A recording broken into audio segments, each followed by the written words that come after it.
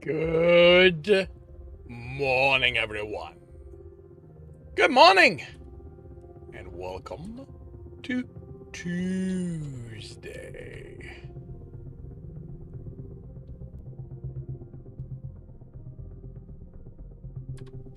Second day of the work week for those of us who work under that schedule. I hope the week has started well for all of you. I hope you are energized for the rest of it. And very little to say from me.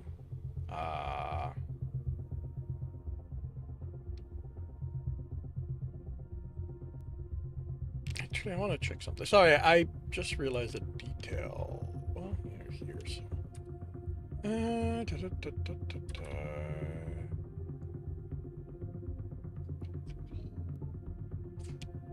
Yeah, that doesn't help. Okay. Alrighty, today, this is Tuesday. Today is Read and Correct morning.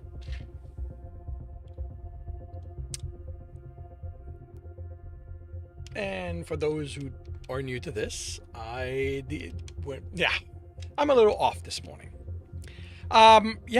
For those who are new to this, these are when I read chapters from my books, correct them as I go. Because I record these, I ignore the chat while that is happening. Anything said during that time will be responded to once the recording is done. And so that this proceed well, I am going to start now. Actually, I'm going to.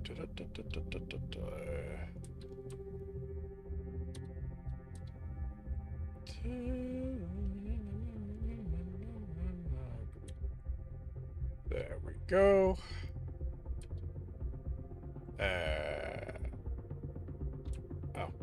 Now that. There we go.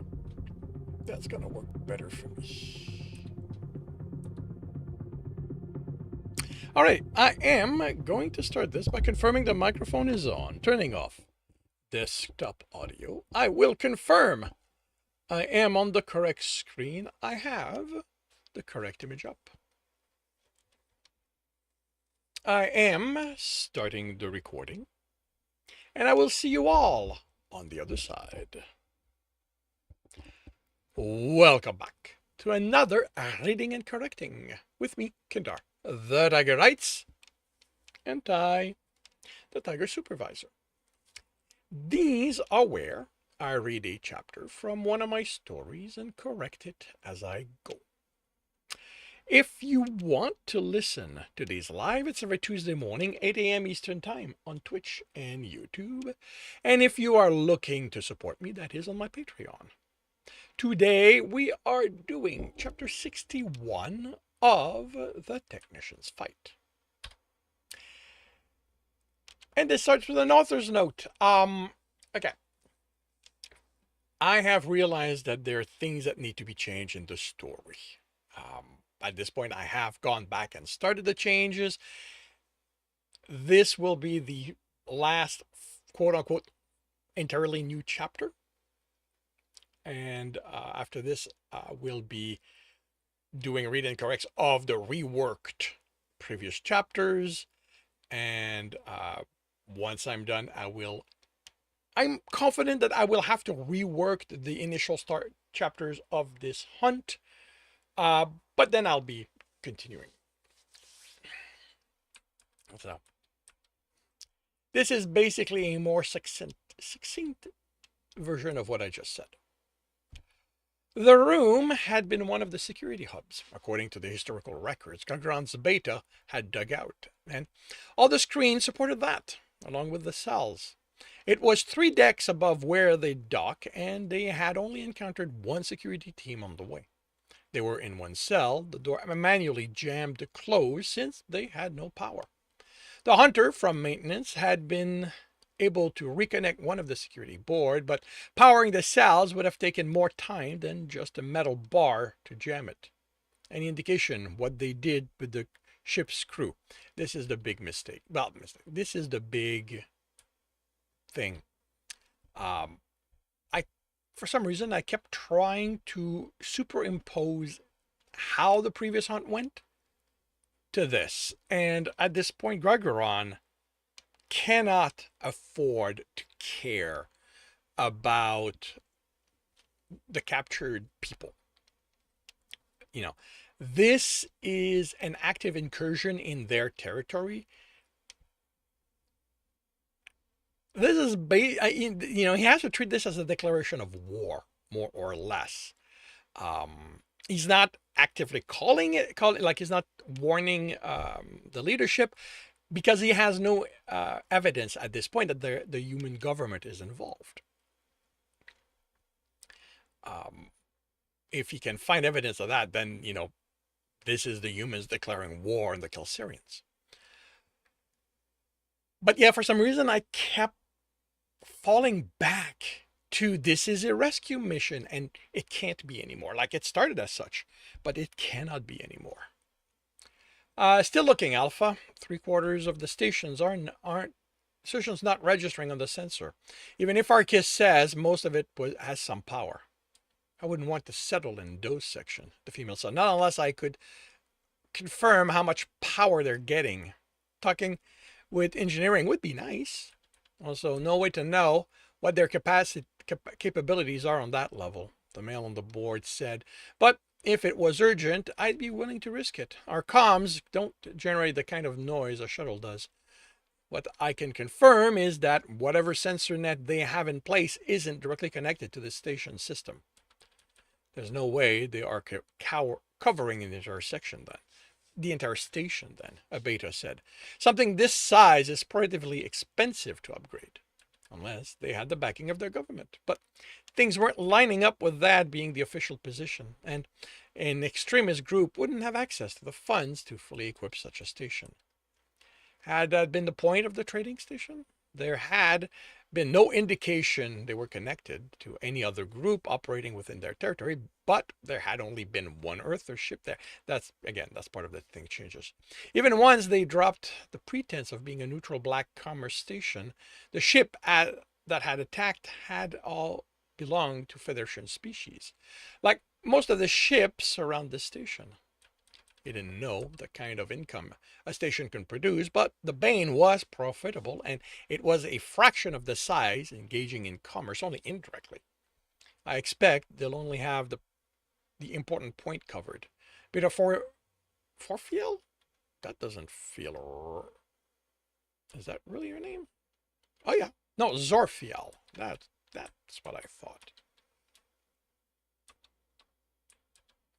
Zorfiel said, doesn't that mean we can use that to work out where to search for the crew?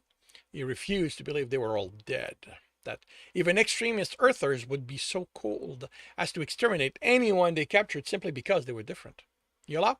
The beta asked.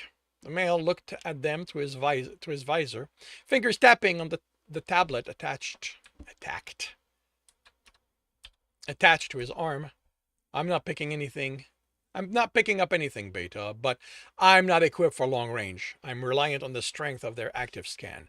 With the sensitivity I have, I'll know if it's there before they notice us, but that's still only a few intersections away, not he motioned around. They were far from anything of importance.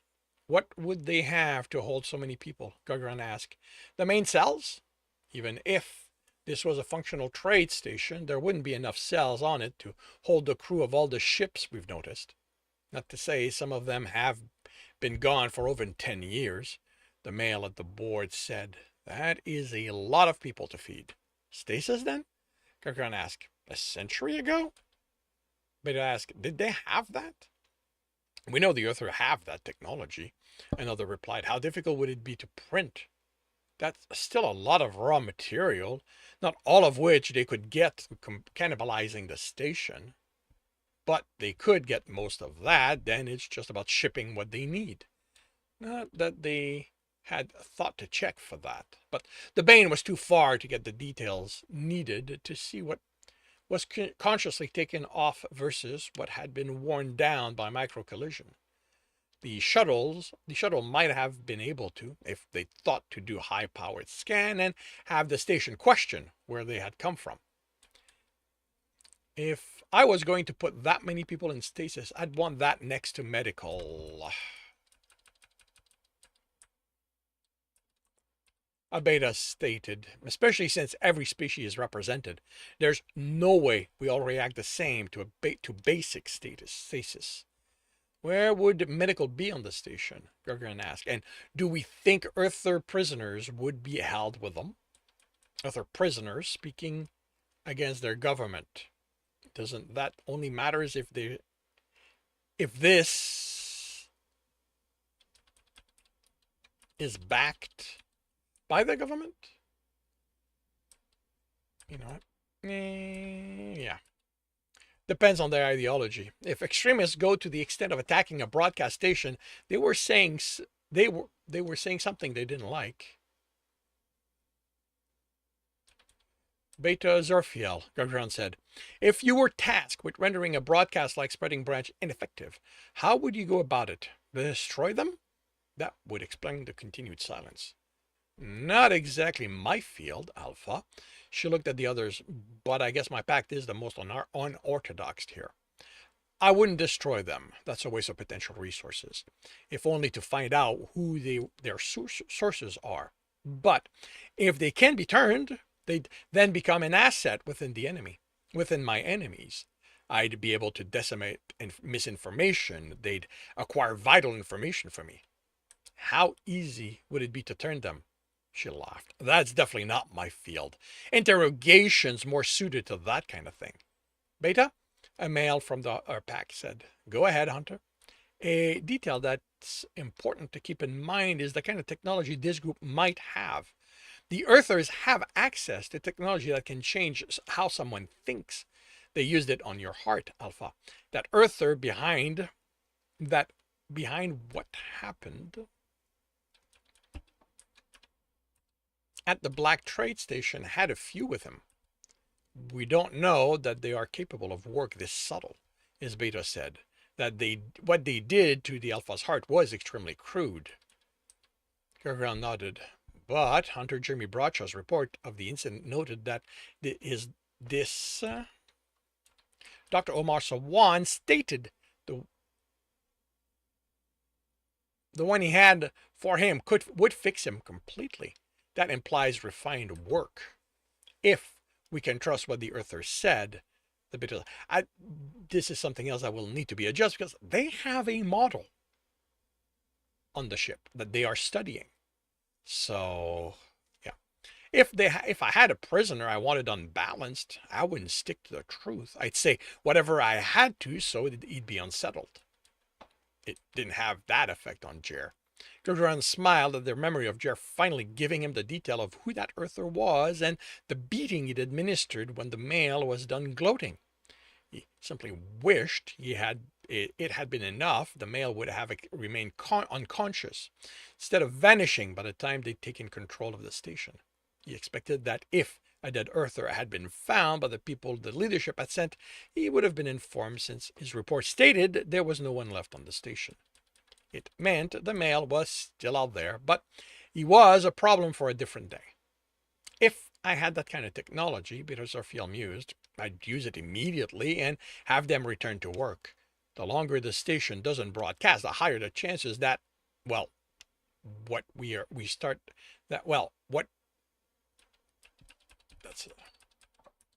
we start sniffing in the wind. So either they don't have something like that, he said, it can't do what is needed to turn people, or they refuse to use it on Earthers. They've used it before, the Beta said. One Earther used it on the male he's obsessing about, with a team to help him. He nodded. There was enough to indicate the male had backing, but he is still a singular person and not an indication all Earthers are like that. While late, I'll ask The gods extend their protection to the people of spreading branch and hope we find them mentally intact. Was medical marked on those old schematic of the station? The beta consulted his tablet. 8 decks up, 3 rings away from what was the command center. 4-section counterspin. They confirmed what that wasn't used as a command center on approach. They'd confirm that wasn't used as a command center on approach. Something had collided with that part of the station and ripped it open. Either the system had the power needed to seal the section. I mean, this is clumsy. The Earthers had when they took control of the station, or Gregoran and his hunter would have to be extremely careful when opening sections on that deck. Unless you can get more out of this board, he instructed, we are moving. Medical wasn't where the crew were being held. Like the other sections they traveled through, it barely had any power and didn't look like it had been used since the station had been abandoned. They were moving in a bog without wind to clear the air. He joined the hunters at the one board to confirm.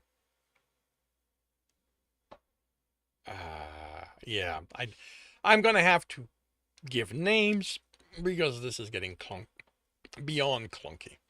On one board, the one from maintenance had been able to activate intent on confirm. And the thing is, I don't need to go that far.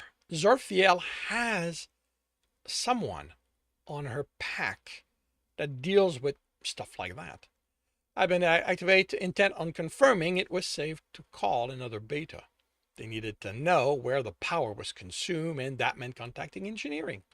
Alpha, the hunter from maintenance said, I think I have something.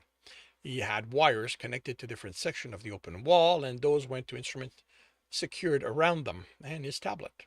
He showed Gregoran the tablet. Engineer and maintenance secured, pausing for rest and patching. Will update when ready to depart location. It's on loop. Tap code through the electrical fluctuations. Won't that be noticed? The frequency is too high. Someone would have to be looking for something like that specifically. You were? Standard check when dealing with electrical. Anyone who's worked maintenance knows that. Meaning someone in the pack with Jer. Someone in the packs with Jer had someone who worked maintenance. Jer himself. Can you respond? Yes, but there might not be scanning it. Try it. We need information they can provide. The mail typed. Packed as reach medical. Received your loop. Respond. He attached a tablet to a device which be attached to something within the wall. Within seconds, text appeared. Received. Status 3 death, 6 injured. No death, minor injuries minor. The mail looked at Gregoran. You want to know where the power is being used? He nodded. Searching for prisoning, no wind to guide us. Where's the power? The response took a full minute to arrive. Then it was 5 sets of coordinates within the station. The docks he dismissed. It left him 4 clustered on one side of the station over 7 decks. Do we trust the sender? Beta Zorfiel asked. The tap code is ours, the hunter answered. We haven't been on the station long enough for anything a deciphering program might capture to mean anything. Engineering and maintenance would be better protected than where we've been moving, she said, acknowledging the deaths and injuries. Do we have an alternative plan? Gregoran asked, and she shook her head. He looked over the map. He had no way to know if more than Jer's group had made it onto the station. Can you set up a loop of your own and leave it behind? Yes, Alpha. He gave the closest coordinates. That's where we are going. Indicate the current time, so anyone finding it while we're in transit will know how long we've been engaged. As soon as you've set this up, move. This is really clunky. It feels like I was going through the motion by then. Like I remember that the session before is kind of where I'd worked out that I needed to redo stuff. And this feels like I had to force myself to go through it. And the one after that I remember not being able to write, not to be able to work on this. And after that one, that's when I actively started the previous chapters. Alrighty, well, this concludes chapter 61 of The Technician's Fight. If you are enjoying this, please leave a like. If you want to know when the next chapter will be up, subscribe and hit the bell. If you want to read this story, as well as any other in the series, that is on Ream's story. And if you are looking to listen to these live, it's every Tuesday morning, 8 a.m. Eastern Time on Twitch and YouTube. Links are in the notes. And with that, I shall wish you a good day.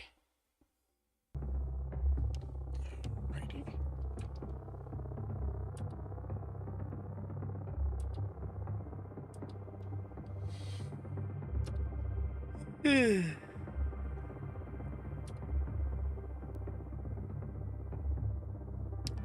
Right.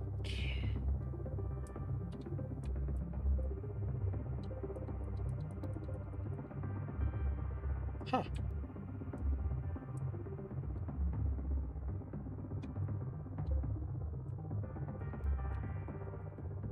Yes, I left myself one. See, I usually do. Interesting. Okay.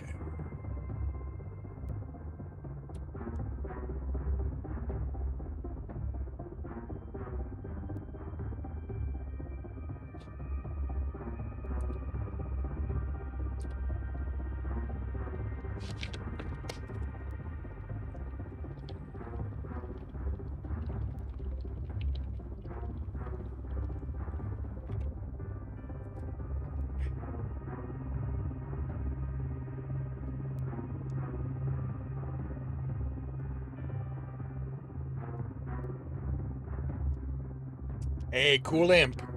Welcome to the stream. How are you doing today? This Thursday, I actually have a pre-op meeting. So, yes, I've got something scheduled.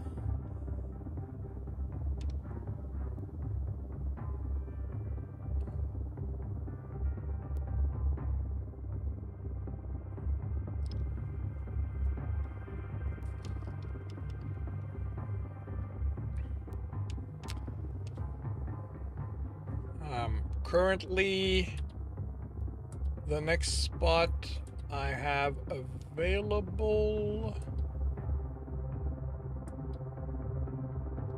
would be the okay, actually no, I'm at the hospital with those. So it would be the 23rd. But before you do that, may I ask, have you rewritten those chapters that you want me to comment on? Like, have you rewritten them? Looking into the previous comment I've made and applying what you feel was relevant. Okay, so will Thursday the 23rd, will Thursday, October 23rd work for you?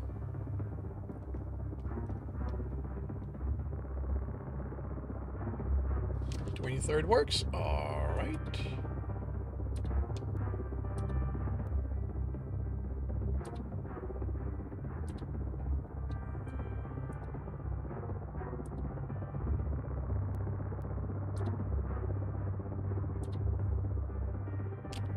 All right. It has been scheduled. Actually, let me confirm.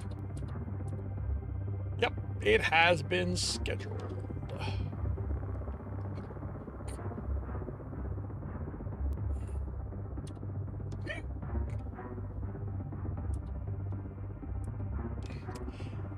And how are you? And how are you doing? What are you up to today? All right, that is there.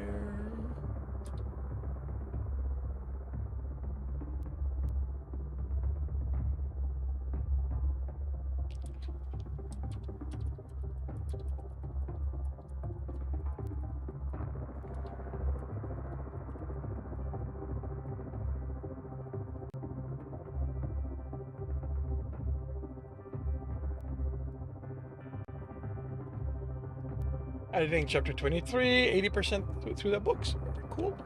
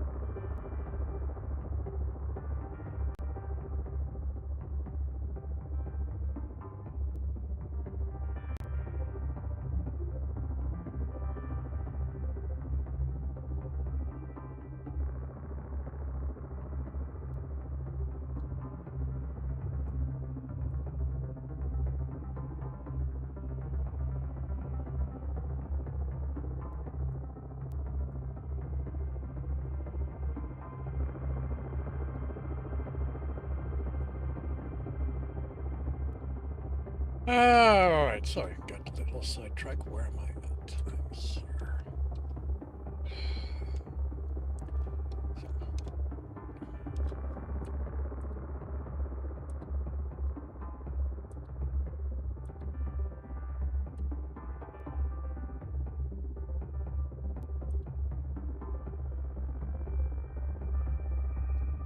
Really? I did not fix that.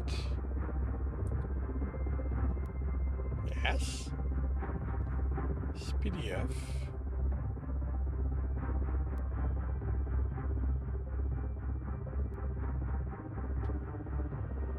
So why am I not?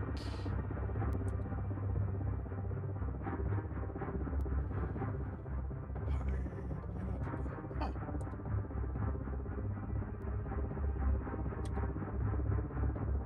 That was weird.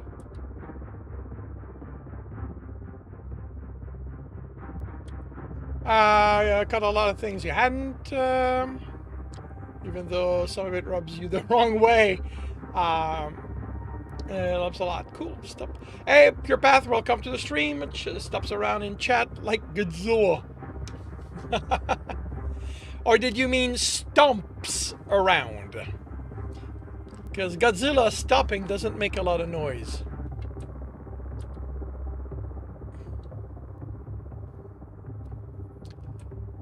Alrighty.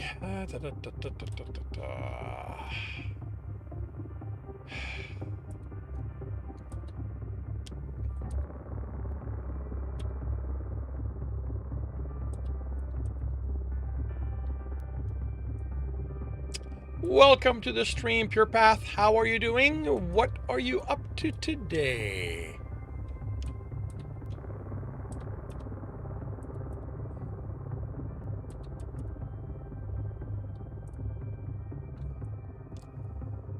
So that was November 6th. That becomes 8.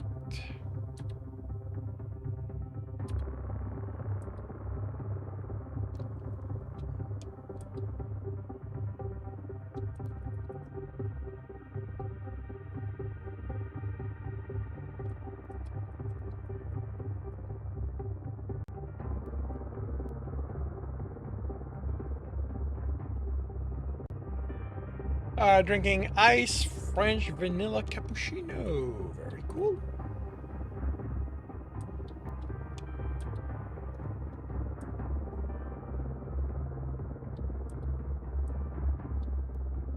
Again.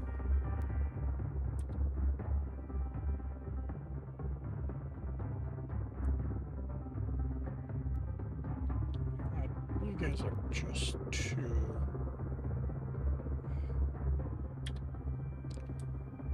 too busy. Right, actually.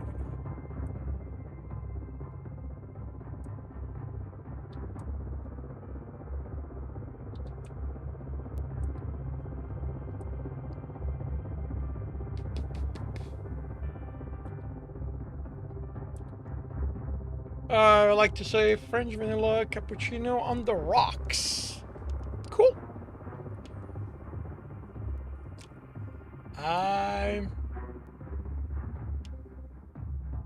I am not enough of a fan of coffee.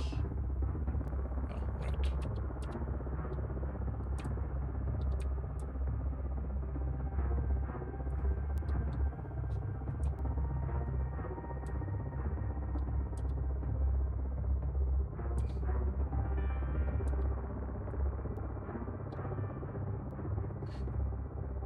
To have that kind of stuff. Like, I have my not straight, but my buttered coffee in the morning, and that's it. And I take it as medication.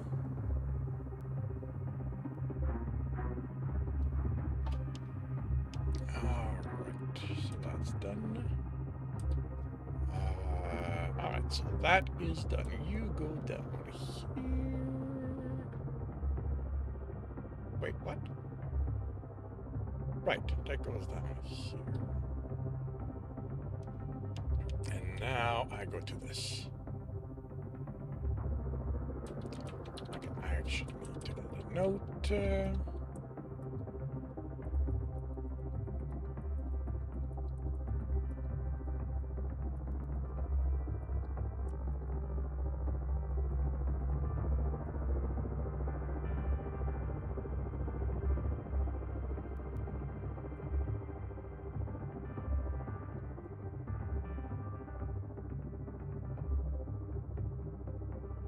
Alrighty, so I will start on another chapter. For those who are, since I don't know if your path was here last week or a week before that, when I do my reading and correcting, I record it. So while that's happening, I will ignore the chat. Anything said will be addressed when I return. So I am going to confirm the microphone is on, turn off desktop audio. I will confirm I'm on the correct screen. I have the correct image up. I am starting the recording, and I'll see you all on the other side. Welcome back to another reading and correcting with me, Kindar, the Tiger Writes, and Ty, the Tiger Supervisor. These are where I read a chapter from one of my stories and correct it as I go. If you are enjoying this, that is completely wrong. If you want to listen to these live, it's every Tuesday morning, 8 a.m. Eastern Time on Twitch and YouTube. And if you are looking to support me, that is on my Patreon. Today we are doing the redux of chapter 29 of The Technician's Fight. So yes, this is the start of the reworking for the first hunt. You know, as Hart said before Gregoron offered him the sauce-covered cube of meat, silencing him. Oh, I know, he replied, grinning at the male leaning against him on the couch. As he chewed, he spit in a cube with a claw and dunked it in a different bowl. I don't think they ever meant for meals to be eaten on the couch, Jer hurried to say before the cube was at his mouth. You wouldn't let me feed you like this in bed. His heart glared at him. It's our bed, he said instead of chewing. I don't want it covered in sauce. We've covered it in sauce plenty of times before. He countered casually and grinned as Greer worked that out. Then his face turned red. He loved that about his heart, how easy his emotions showed. And there is such a thing as cleaning. He chewed another cube. But the couch isn't the same. You didn't drape sheets over it beforehand. The sauce will soak in and ruin the fabric. Gregran leaned in and licked sauce off the side of Jer's mouth. So cleaning will be a little harder. No more so than once I made you come all over it. You wouldn't. Oh, I certainly will, he grinned. Why do you think I'm feeding you like this? I want you all stuffed and pliable for when his tablet sounded with the bridge code. Maybe not. He reached for the tablet and... do I need to say the tablet again? For it. He reached and tapped it. Go. Captain, we were receiving a distress signal. Hours away and off the course you set. He frowned. We're weeks away from our destination. I don't think this is what you were waiting for, Captain. I've gone over their tags, and if they're fake, they are the most authentic fakes I've come across. Jer got off him. Even he knew this wasn't something they could ignore. Any details of the of on about their distress? He stood and put his pants on. Pirate attack. The latest message said their engines had been disabled. They'll be boarded soon. They'd be boarded soon. Change course. I'm on my way. Have sensors. Wait, why did you? Change course. I'm on my way. Have sensor gather as much information as possible. I don't need on the way. He disconnected and put his vest on, then contacted a beta. Weapons are going active, he ordered, and ended the call. He'd give them details once he had them. Duty calls, his heart said before he could apologize. We will pick this up later, Gagarin promised. With sheets on the couch, Jer countered as Gagarin... Yeah. You know what? Promised.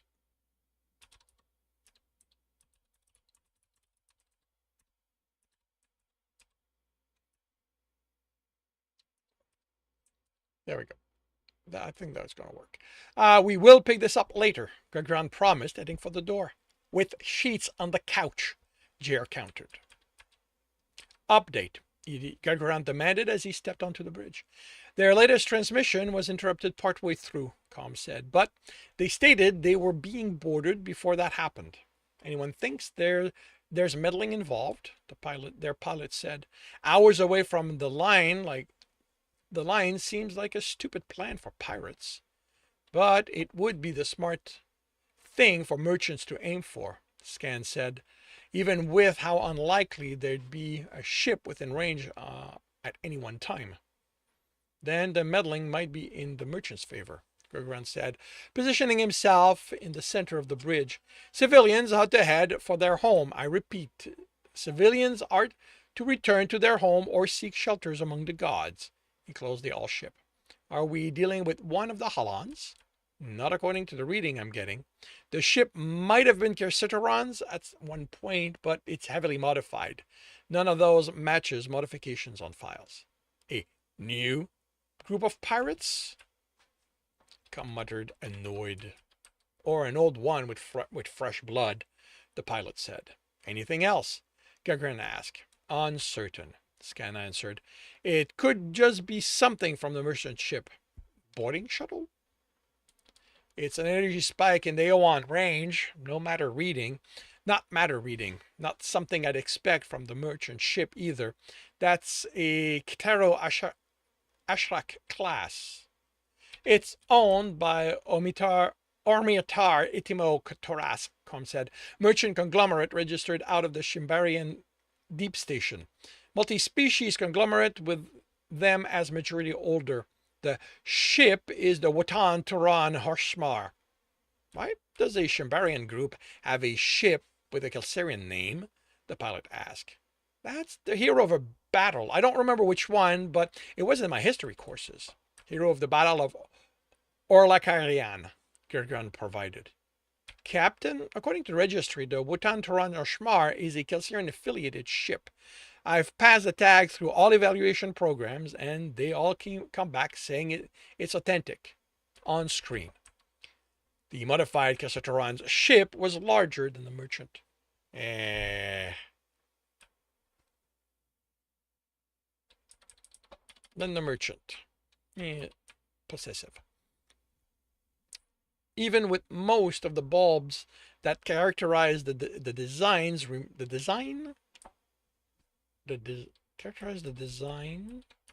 removed to slim the hull. It gave the sense that someone hadn't wanted to keep volume they didn't have use for. Earthers had no need for extra space. Was this a way out of the deal with the quartermaster's uncle? If it was the Earther pirate that he was looking for, this was happening without his help. The ship maneuvered away from the merchant vessel. Weapons, all armed, he called. Be ready to engage. Pilot, keep us out of their line of fire and out of the explosion range of a reactor. Captain? The pilot asked, entering commands. There's a possibility these are Earthers, and they've demonstrated a willingness to self-destroy to avoid capture. Understood. I'm not registering any weapon on that ship, Scan said. He tapped a name on his tablet. Tome, are Cassitron's ships usually armed? The response was a muffled, what? He cursed. This was his friend's sleep shift. Depends on their functions. He said, sounding alert. Are you dealing with an exploration or a military ship? Pirate, possibly crewed by Earthers. Readings are positive for Earthers, Scan said, as well as Kelsarians, Shimbarian, Tehornian, and Kersitorons, but they'd have to be on the small size. We're too far for the sensors to differentiate. I doubt pirates would have captured an armed one, Tom said. Thank you. He focused on the screen. They blocked the view of the merchant's ship. Scan, anything from the merchant? I'm gonna... They took up... It took up most of the view. That way, I don't have to repeat merchant ship. He focused on the screen. It took up most of the view. Scans, anything from the merchant? What about that spike you mentioned? Obscure by the Cassitron ship's engine. They're increasing the output, so they might be trying to hide. They're blue shifting. The pilot said, evade, Gavrin ordered. Trying. They're matching the adjustments I'm making to our trajectory. It's keeping their energy between us and the merchant, Scan said. It's hiding whatever they're doing there, whatever's going on there. I think they have a more permanent plan to keep us from finding out, the pilot said, sounding worried. Captain, I think they plan weapons, he ordered, finishing her thought. Fire on the incoming ship, disable if possible, destroy if needed. Understood, Alpha. Evade as best as you can, he ordered, plasma bolts appearing on the screen. Yes, Captain. The blast revealed that the removed bulbs had been replaced by heavier hull. They lasted longer than the surrounding areas. Captain, they're going deeper into the blue shift. I'm getting that same spike, he added, puzzled. Who am I? Who is this? That would be Scan. Scan had it puzzled. Before Gavrin could ask what that meant, the advancing ship exploded and the screen darkened. Take us out of the debris field, he ordered. Can't, Captain, the pilot answered, but I'll give you...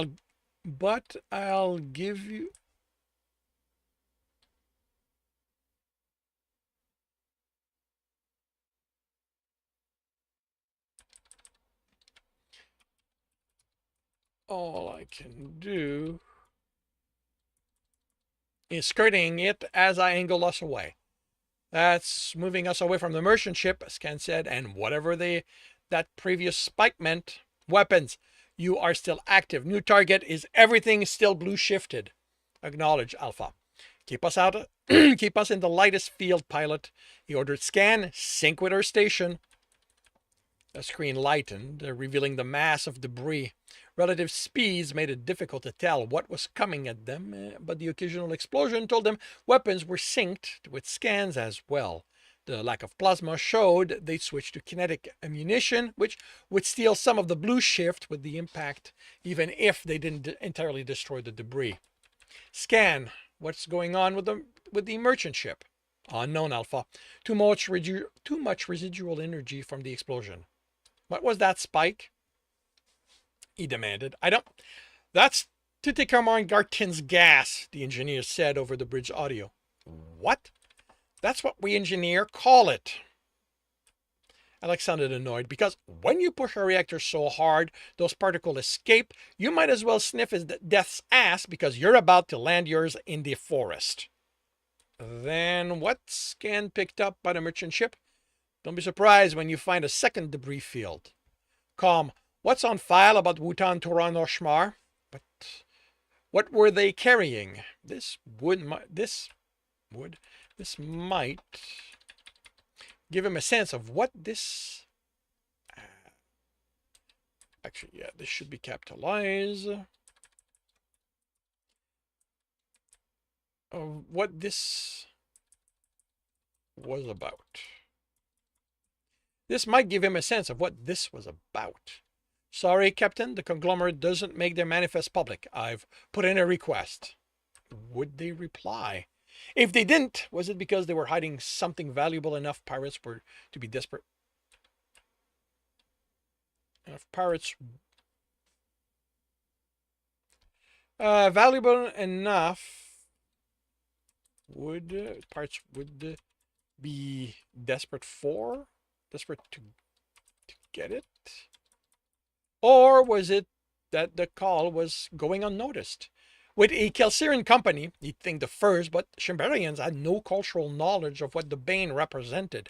They'd be one call among so many they couldn't read, deal with all of them. As the merchants responded to our hail. No, Captain. No merchant vessel. As the merchant vessel responded to our hails? No, Captain. Keep trying, he instructed needlessly. Yes, Captain. Gagarin settled for the least enjoyable part of his job, waiting. Still no answer, Com reported. They were through the worst of the Kersotoran debris, but he still couldn't probably make out the merchant ship. Scans. Life sign? Still too much residual energy for sensors to push through. Visual is the best we're getting. Can you at least tell me if there are some? I don't need details, just to know if I need to risk the hull accelerating through the debris to get to them before they die.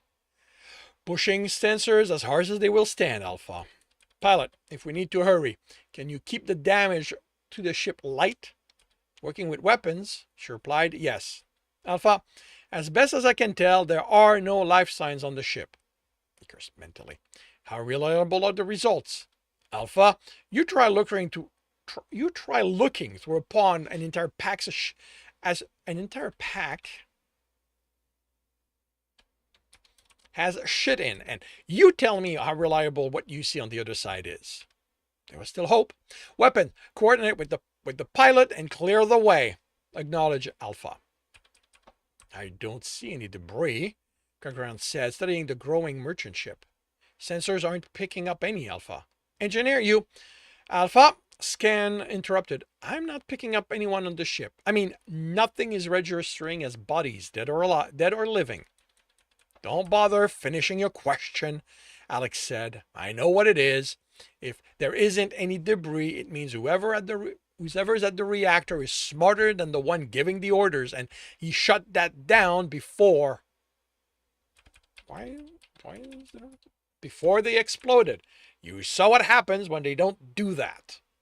Then there was a second ship. How long ago did they leave? What am I? Centarina? Go ask one of hers and let me work in peace. He didn't have a seer on the ship.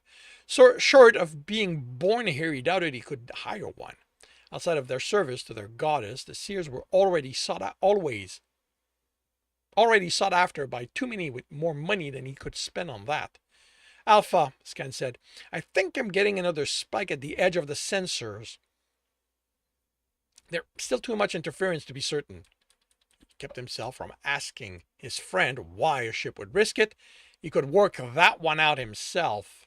The captain wandered away faster than they could. The engineer was trying to placate them while keeping the reactor from exploding. He'd ask how long it was possible to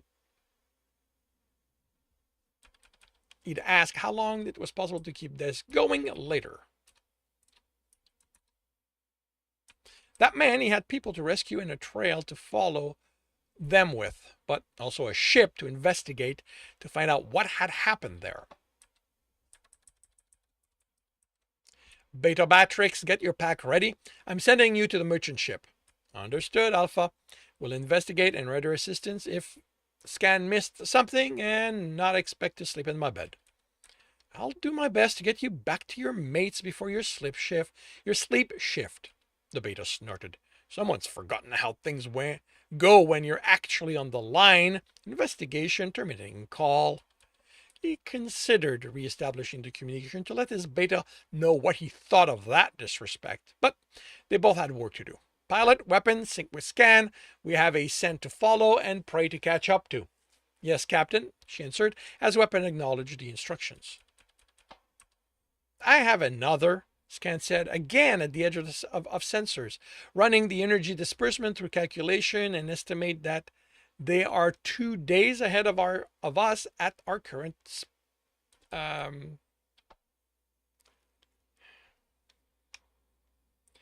there's a couple of, I'm realizing there's a couple of things because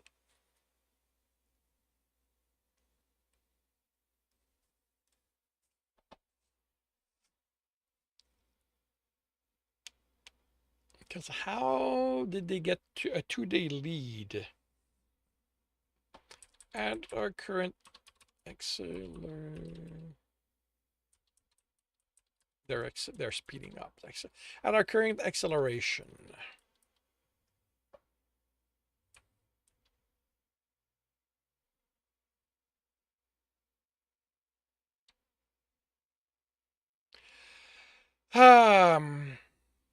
Might leave that for second draft because I can't think of. Okay, Captain, the engineer said, your heart would like to have a word with you. He frowned. Go ahead. Not more word with him, Jeremy said, annoyed. This is ship related. Jer? The science stretch. You did that on purpose. Captain, he continued, adopting a tone Gargran knew from listening to so many betas giving reports. I went over the scans of the debris and I can confirm there was enough Earther technology among it that it's very likely it had an Earther crew. Thank you, Jer. Since I have you, if the ship we are hunting had an Earther reactor, how long do you think they'll keep going? Pushing it hard enough to leak that energy, then stopping? It'll depend entirely on the design they're using. None of mine would last more than half a dozen times before needing a full reconstruct. I can't think of any that would have sustained that for an extended period of time, but a military design would last longer than a civilian one's. I couldn't give you details. Those were worked on a different station. I know of them because we talked among each other, but they never sent me schematics. What kind of speed can they achieve that way?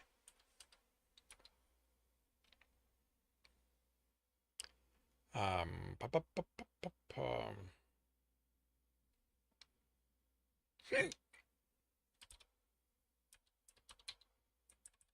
I can address it here.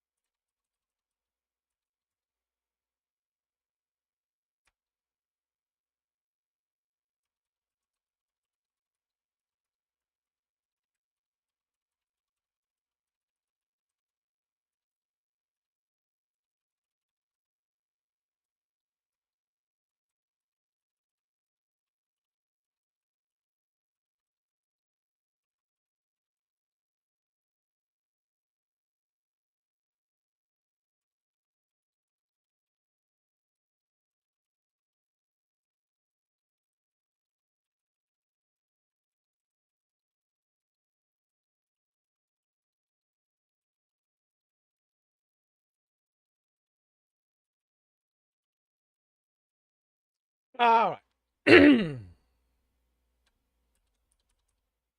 What kind of speed can they achieve this way? Even with the Calcitron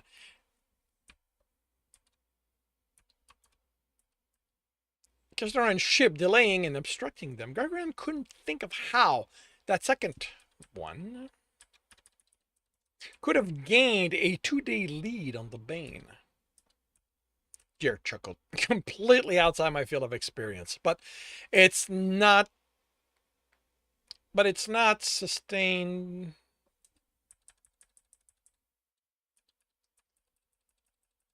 It's not sustained thrust, so depending how far they are, where they are going, and how much the bane can take, you should be able to reach higher velocities.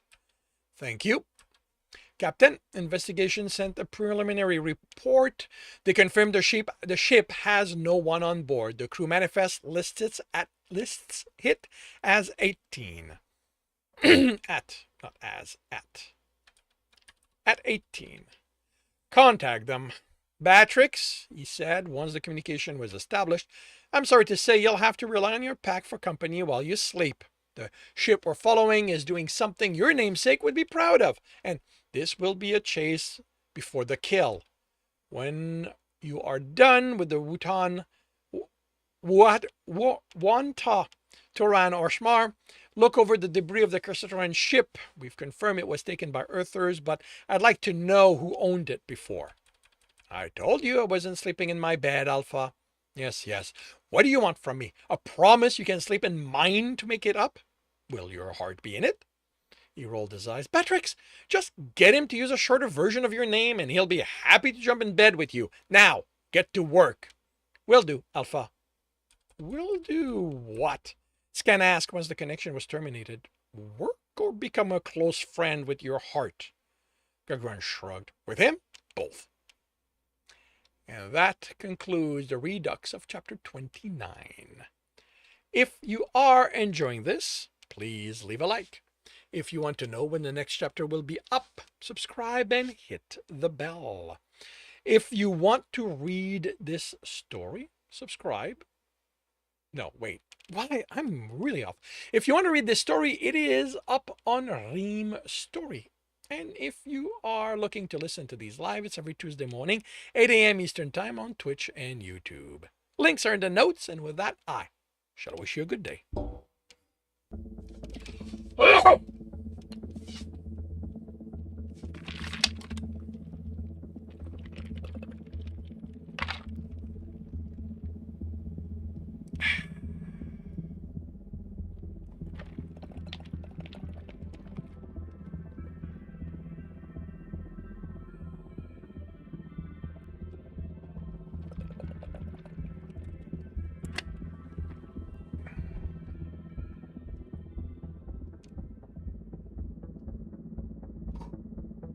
Okay, that is here.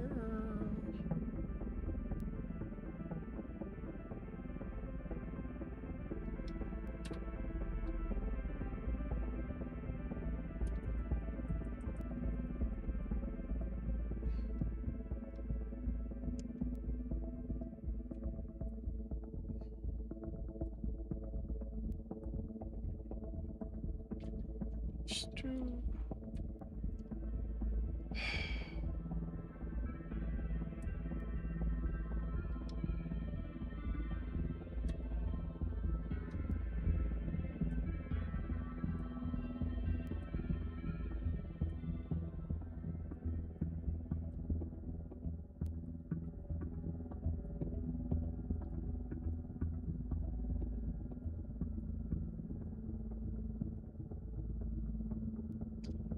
Ah, 8 becomes 11.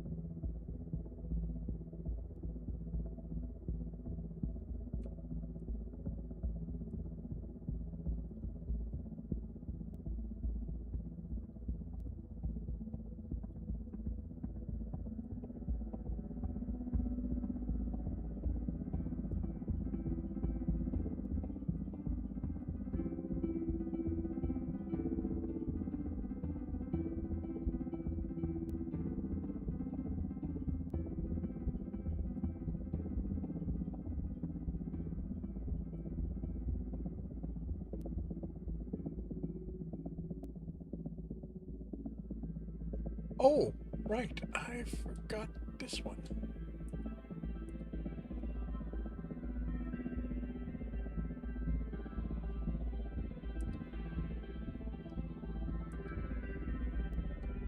This one will actually be slightly more interesting,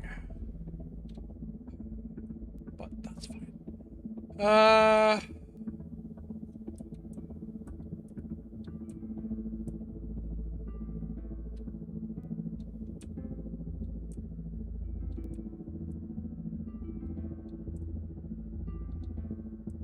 Okay, that and this.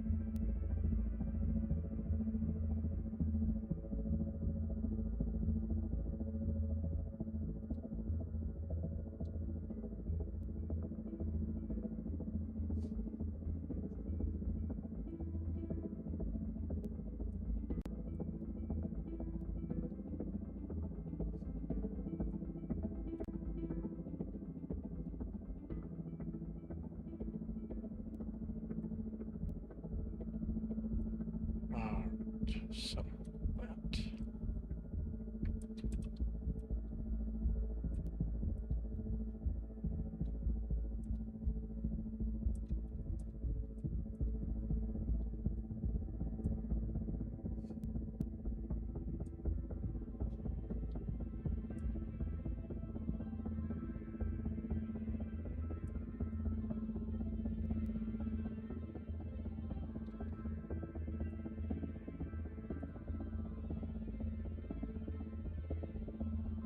This is where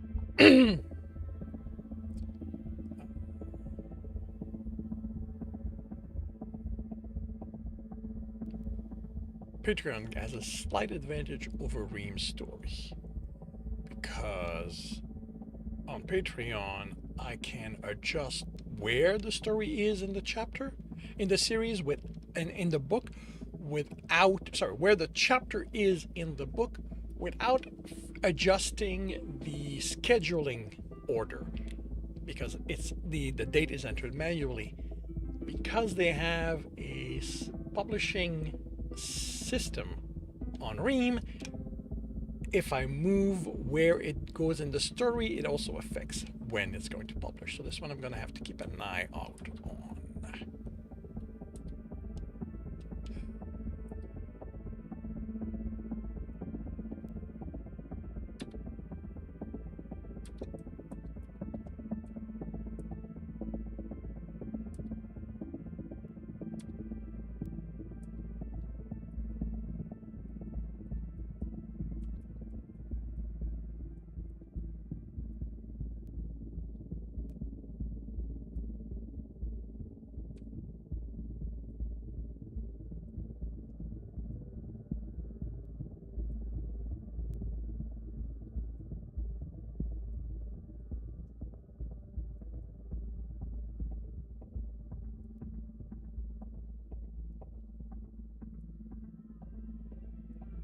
Okay.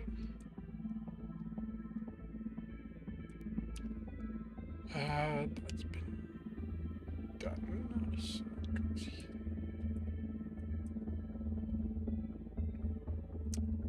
alrighty. And I will start another chapter by confirming microphone is on, turning off desktop audio. I will confirm I'm on the correct screen. I have the correct image up. I am starting the recording, and I'll see you all on the other side.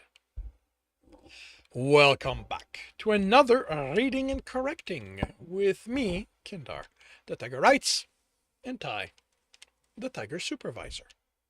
These are where I read a chapter from one of my stories and correct it as I go. If you want to listen to these live, it's every Tuesday morning, 8 a.m. Eastern Time on Twitch and YouTube. And if you are looking to support me, that is on my Patreon. Today we are doing The Technician's Fight Redux Chapter 30. The ship didn't have the level of alertness Jeremy had expected. There was something in the days that followed, but it wasn't like the tension he felt. That's going to be capitalized.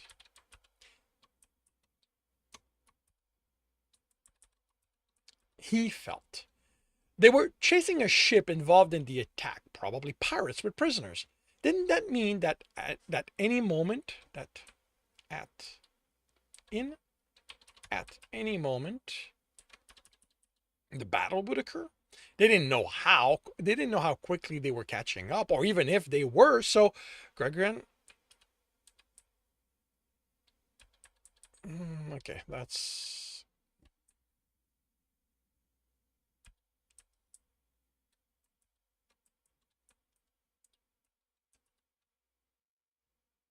Gregorian had told him, why worry? They didn't know how quickly they were catching up, or even if they were.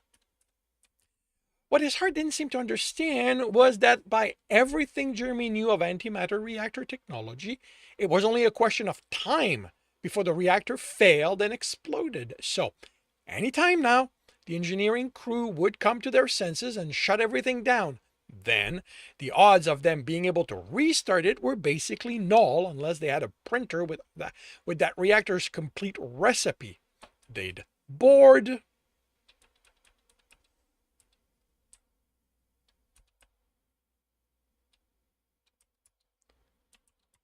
There would be fighting, rescuing of prisoners, more fight, and more fighting. At that point, Graal had pulled him to bed and distracted Jeremy before he spiraled any further. And in the afterglow, he'd realized that the lack of tension in his heart's part, the reason the ship wasn't keyed up for what was coming, could be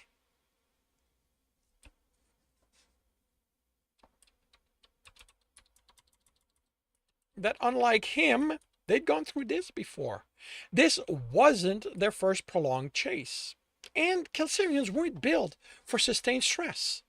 They knew something was coming. The civilians knew that at a moment's notice, they'd have to head for shelter, and they remained aware of that. But until then, they did what their gods demanded of them. They lived, they loved, they enjoyed. Real or not, there might be something to that mindset.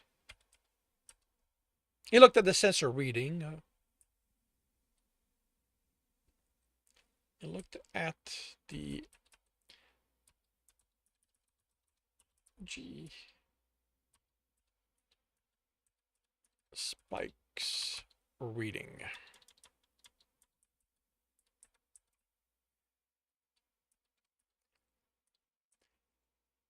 Okay. He looked at the energy spikes reading, trying to make something of them. That's going to be Pearl. Anything. Because of the situation, the engineer had open access to the sensors. He had asked for changes. He had to ask for the changes he needed, but their reading were mirrored to his office for him to study and provide advice if he had any. It also meant Jeremy had access to them. He'd finished the work he'd been assigned, so until the engineer noticed and gave him something else to do, something else to work on, he studied the readings. What do you make of them? The engineer asked. Jeremy snorted. What's there to make? I can't think of one reactor that could survive this kind of push for the week and a half. You know what? I'm going to remove the F. For the week, we've been chasing them. How are they staying ahead of us if they keep having to reduce the power when they come that close to blowing up? Nothing's designed for that kind of redlining. Can Earther technology be adapted to that? Endurance seems to be core to who they are. Sure, but that doesn't mean we can last forever. At a dead run, I can outlast anyone on the ship, but if I just keep running like that, he motioned to the readout of the spike. My heart's going to give out and I'll be dead. He studied the reading. And I'd expect more than then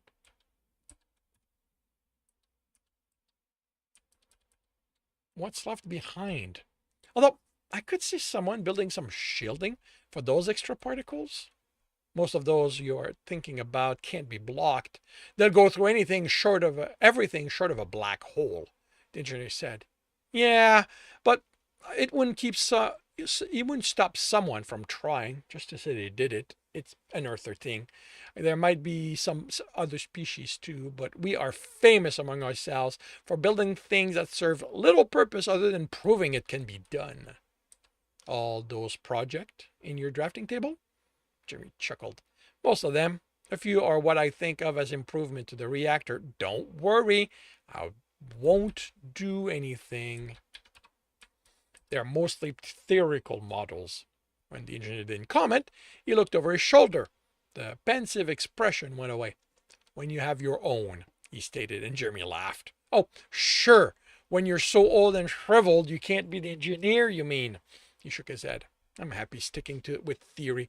Hopeless problems like this and whatever you give me to do. So I don't have to think about what's going to happen when we catch up to them. The backup needs to be looked over. Do that and fix whatever's needed. You're letting me do whatever I want without checking in with you first? The male snorted. So long as it's just repair. To repair what's wrong. Not that I care what happens to it. It's not like it's mine.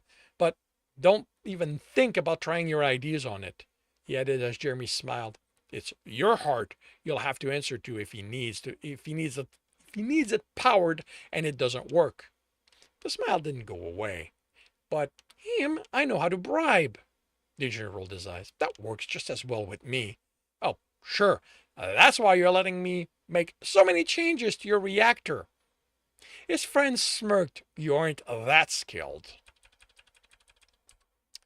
Jeremy looked over the circuits.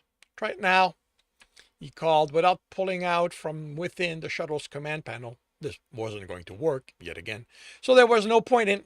It came on! Tom exclaimed, and Jeremy went over the readings. They were stable. None of the circuits generated heat. Had he actually locked into giving the maneuvering system active control? He pulled himself out. Just don't ask me how to recreate it. Maintenance, his friend said. I'm ready for a test maneuvering. Give me the all clear to engage flight control. Who's this? I'm not registering any ship on the comms. You may address me as Pilot Tomerimo Toral. I'm in my shuttle, the Earther designed one. You got that thing working? I do have access to an Earther engineer. Don't anyone get any idea I can do anything about the other Earther ship, Jimmy said, moving close to his friend so his caller would pick up his voice. I don't even know how I got this one working. He knows, Tom said. He performed Earther science on it. Jimmy opened his mouth and had a finger in it before he could protest again. Well, you're alone in that part of the hangar, so you're clear to unlock, but not to maneuver out of the civilian's shuttle section. I don't want my shuttles damaged when yours blows up. We'll be fine. Tom took the finger out of Jeremy's mouth. You know, this could blow up. I'm confident it won't happen, his friend replied, tapping screens. And why is that? Jimmy held on to the chair when the shuttle vibrated. Because our death would make Zenny sad, and his namesake would never want that for his favorite lover. You're trusted. The shuttle jerked up, and Jeremy's heart jumped even higher. Tom squealed in delight. I can't believe we didn't blow up, Jeremy muttered. Told you. He tapped other control. Now, how do I see outside? Don't look at me. My only suggestion is to stick your head out the hatch. Can't do that. I'm at the control. He smiled. Do you mind looking outside and telling me when I get close to a wall? Tom, you can't. The shuttle drifted and Jeremy rushed to the open hatch. You are insane. Am I close? He should jump out and let his friend kill himself. Roughly 20 meters away. He could console Xenial. Okay, good. I get confirmation of how long their names is right here. 15, 12. Growl would be harder to do so with. 9, 7, 5. Tom! The shuttle stopped moving. Am I 3 or 2 meters away from an early grave? Yeah, no, actually, my coach character pointed out that Tom should know what an early grave is. The thing is, they don't because they burn their bodies. What's that? The fastest way to the forest? Tom laughed. So? He looked inside. I'm calling it 2 meters. Closer than I wanted, Tom muttered. Look ahead. Tell me when I'm 3 meters away.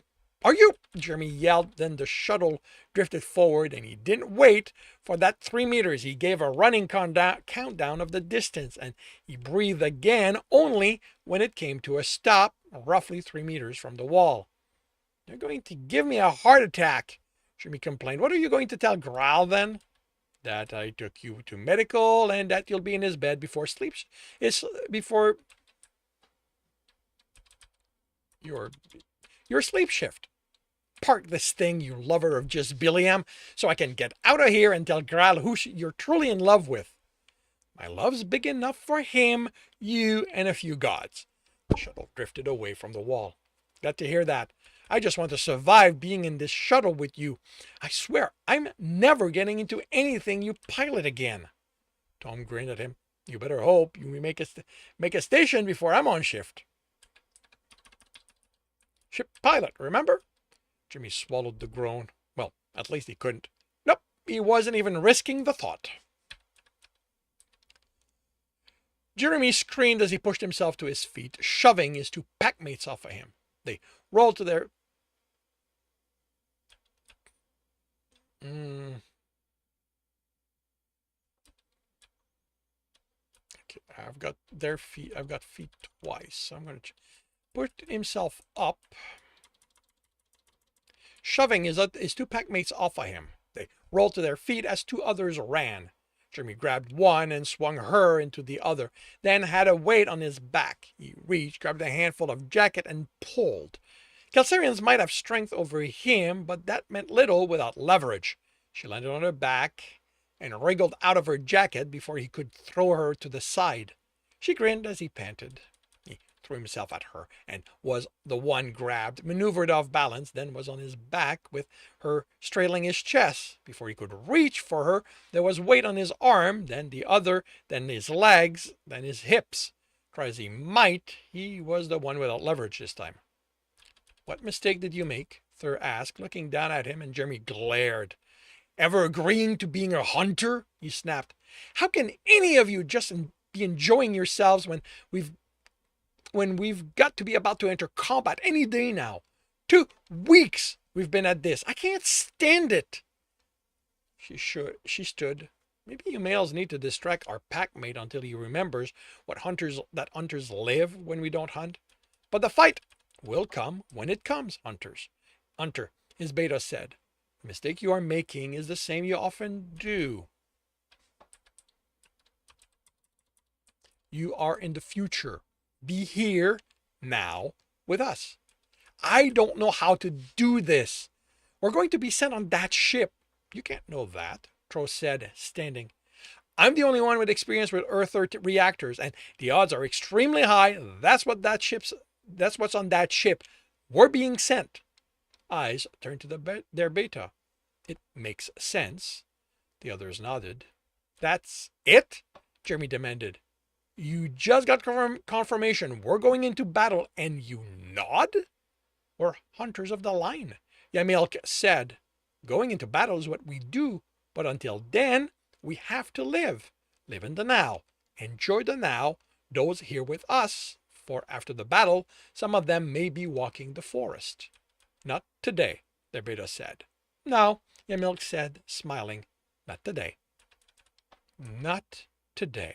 Jeremy rounded himself as he felt the tension rise, the fear of what was to come.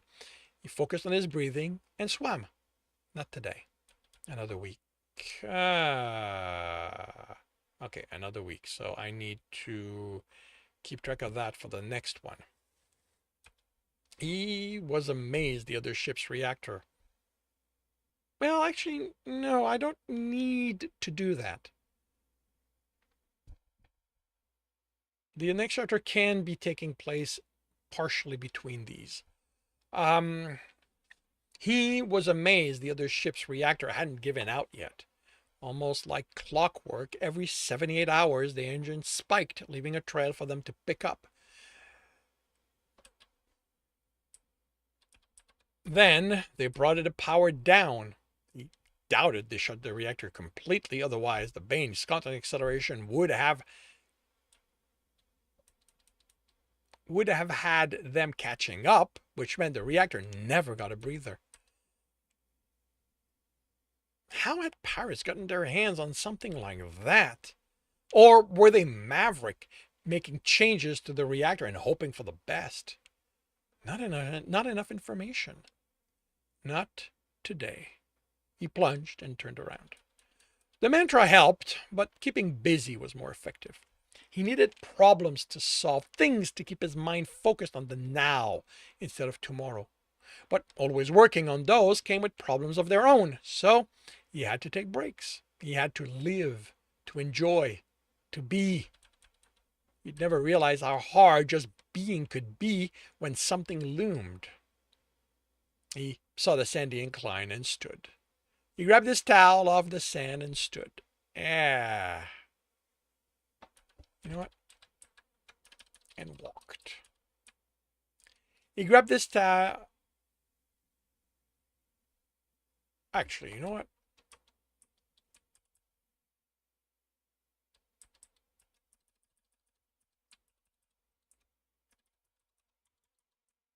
I don't need him standing again like he's just bending down. He grabbed this towel off the sand and dried himself. Not putting on a show, he told himself, just putting himself on display. Calcarians enjoyed watching him, so why should he deprive them? He chuckled at the memories of his earlier discomfort, all the attached belief of what it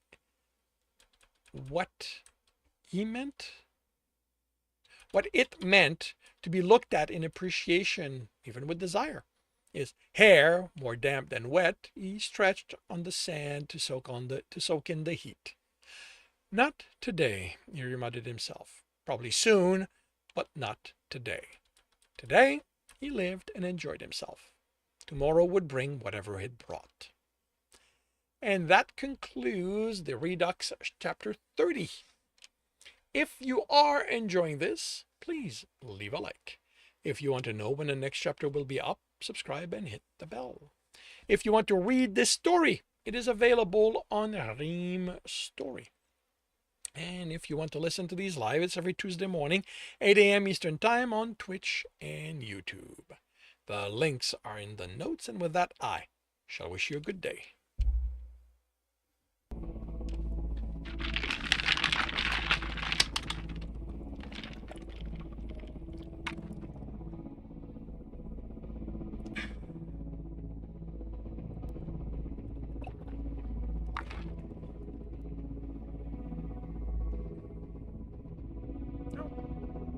Right, if I've got to get out of the house to Thursday, I can deal with that.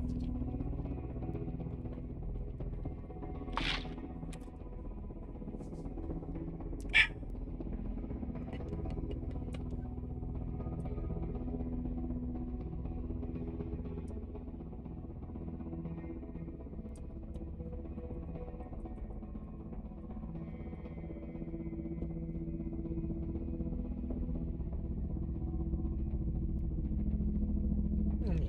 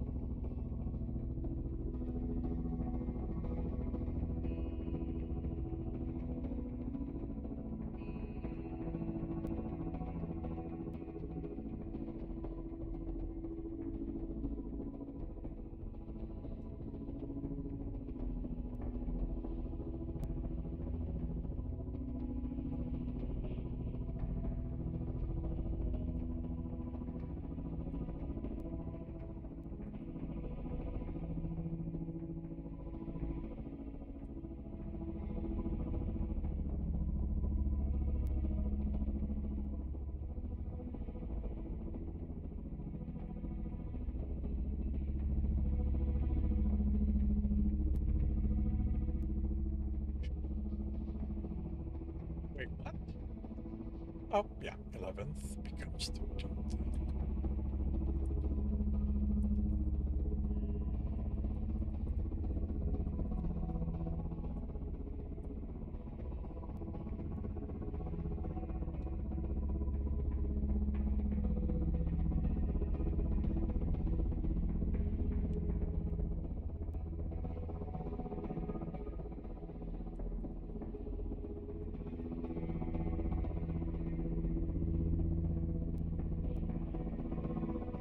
Oh, yeah, it helps if I get that gold.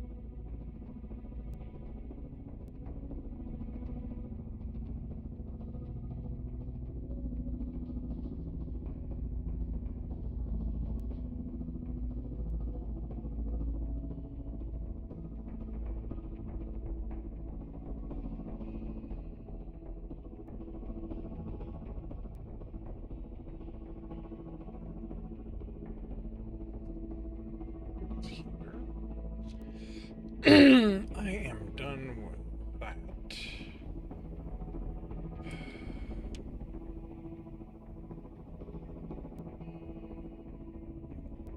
What else do I have to do? Wow.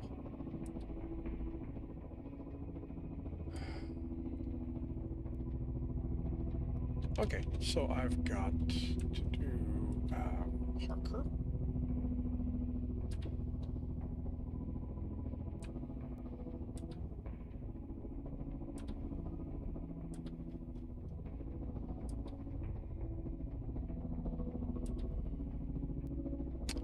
And it's going to be Colby's.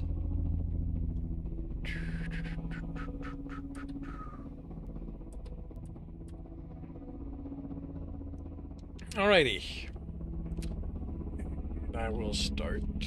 Oh, wait, give me a moment to check in on that. Alright, I'll try another chapter by confirming microphone is on. Turning off desktop audio.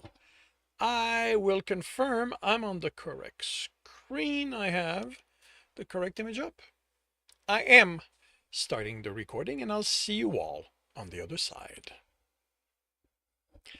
Welcome back to another reading and correcting with me, Kindar, the Tiger Writes, and Ty, the Tiger Supervisor. These are where I read a chapter from one of my stories and correct it as I go. If you want to listen to these live, it's every Tuesday morning, 8 a.m. Eastern Time on Twitch and YouTube. And if you are looking to support me, that is on my Patreon. Today, we are doing the in-transit story for Colby. Oh, part of the Harker project. Colby never thought anywhere could be as crowded as his parents' house when his mother decided all the hands got to eat her cooking. Those were times he passed on lunch, or at least delayed until most were done. It rarely took more than an hour for the lunch crowd to thin on those days. The ranch was a busy place, so lunch couldn't stretch indefinitely. But even there, when he forced himself to go in the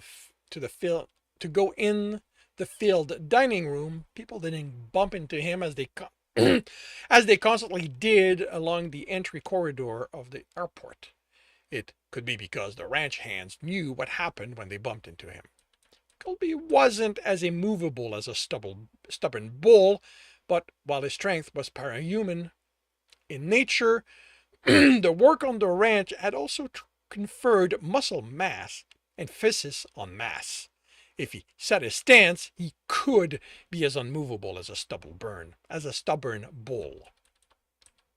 Here, men and women, mostly men, bumped into him and staggered into someone else because, as polite as Colby wanted to be, stepping out of their way meant he'd be the one walking into someone else.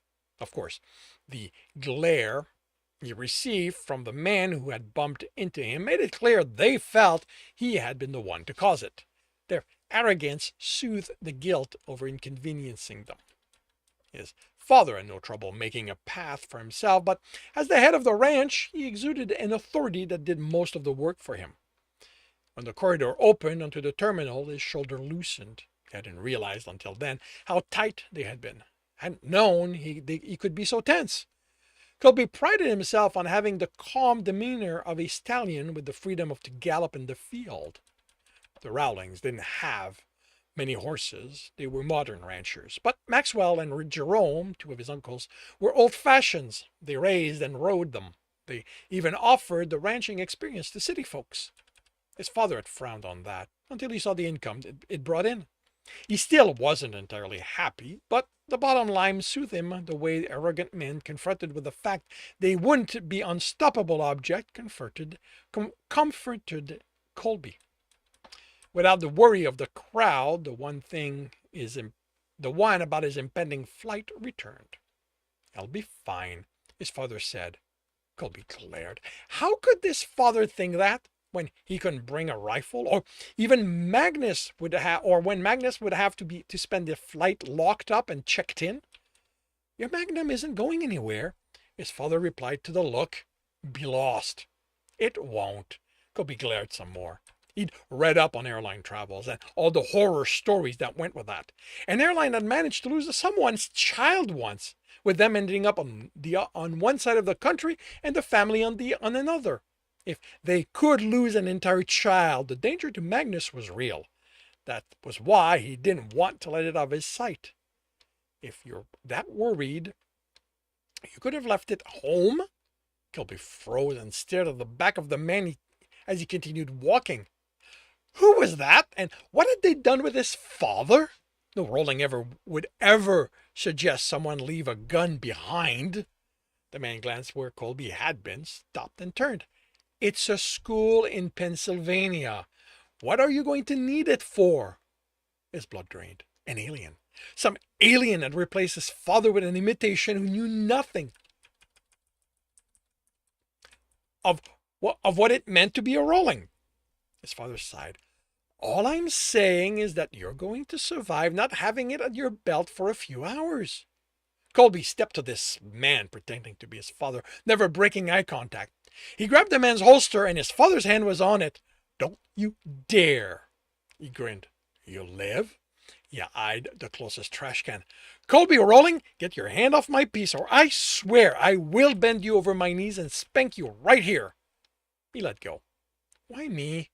They both knew he had no intention of taking his father's piece from him. He was surprised at the amount of attention the interaction brought. They couldn't all be from out of state, and Texans wouldn't be surprised about an argument over a gun, could they? This was Texas, after all. Because you're the one going on the plane, not me. Not fair. He wanted to kick a stone or a boulder. His father placed an arm around his shoulder and got Colby moving again. Think of it as another test toward adulthood. He'd finished high school and passed all his classes. He could stop a bull in his track with one hand behind his back. He was damned well adult enough. He could shoot a can off a post at 500 feet with just about any of the guns in the house. What was that if not being adult? Flying had nothing to do with adulthood. Being without Magnus certainly wasn't a thing. He'd had Magnus at his side since he was 7. It was his best friend.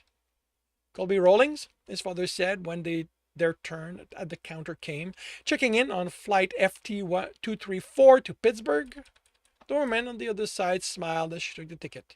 Will you be checking in any bags? She looked amused at the long bag.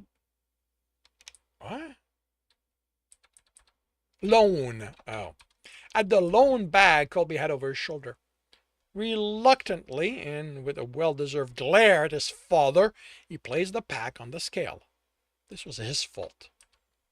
He was the one who'd agreed to Colby going to that school, and he'd been like a bull, head down, horn forward, when Colby explained all the ways it was a bad idea for him to leave. The ranch needed him. He wasn't so full of himself to think he was invaluable, but how often had he been the one to raise a broken truck so it could be repaired? He could do the work of four of the hands when it came to dealing with the animal, twice that when it came to putting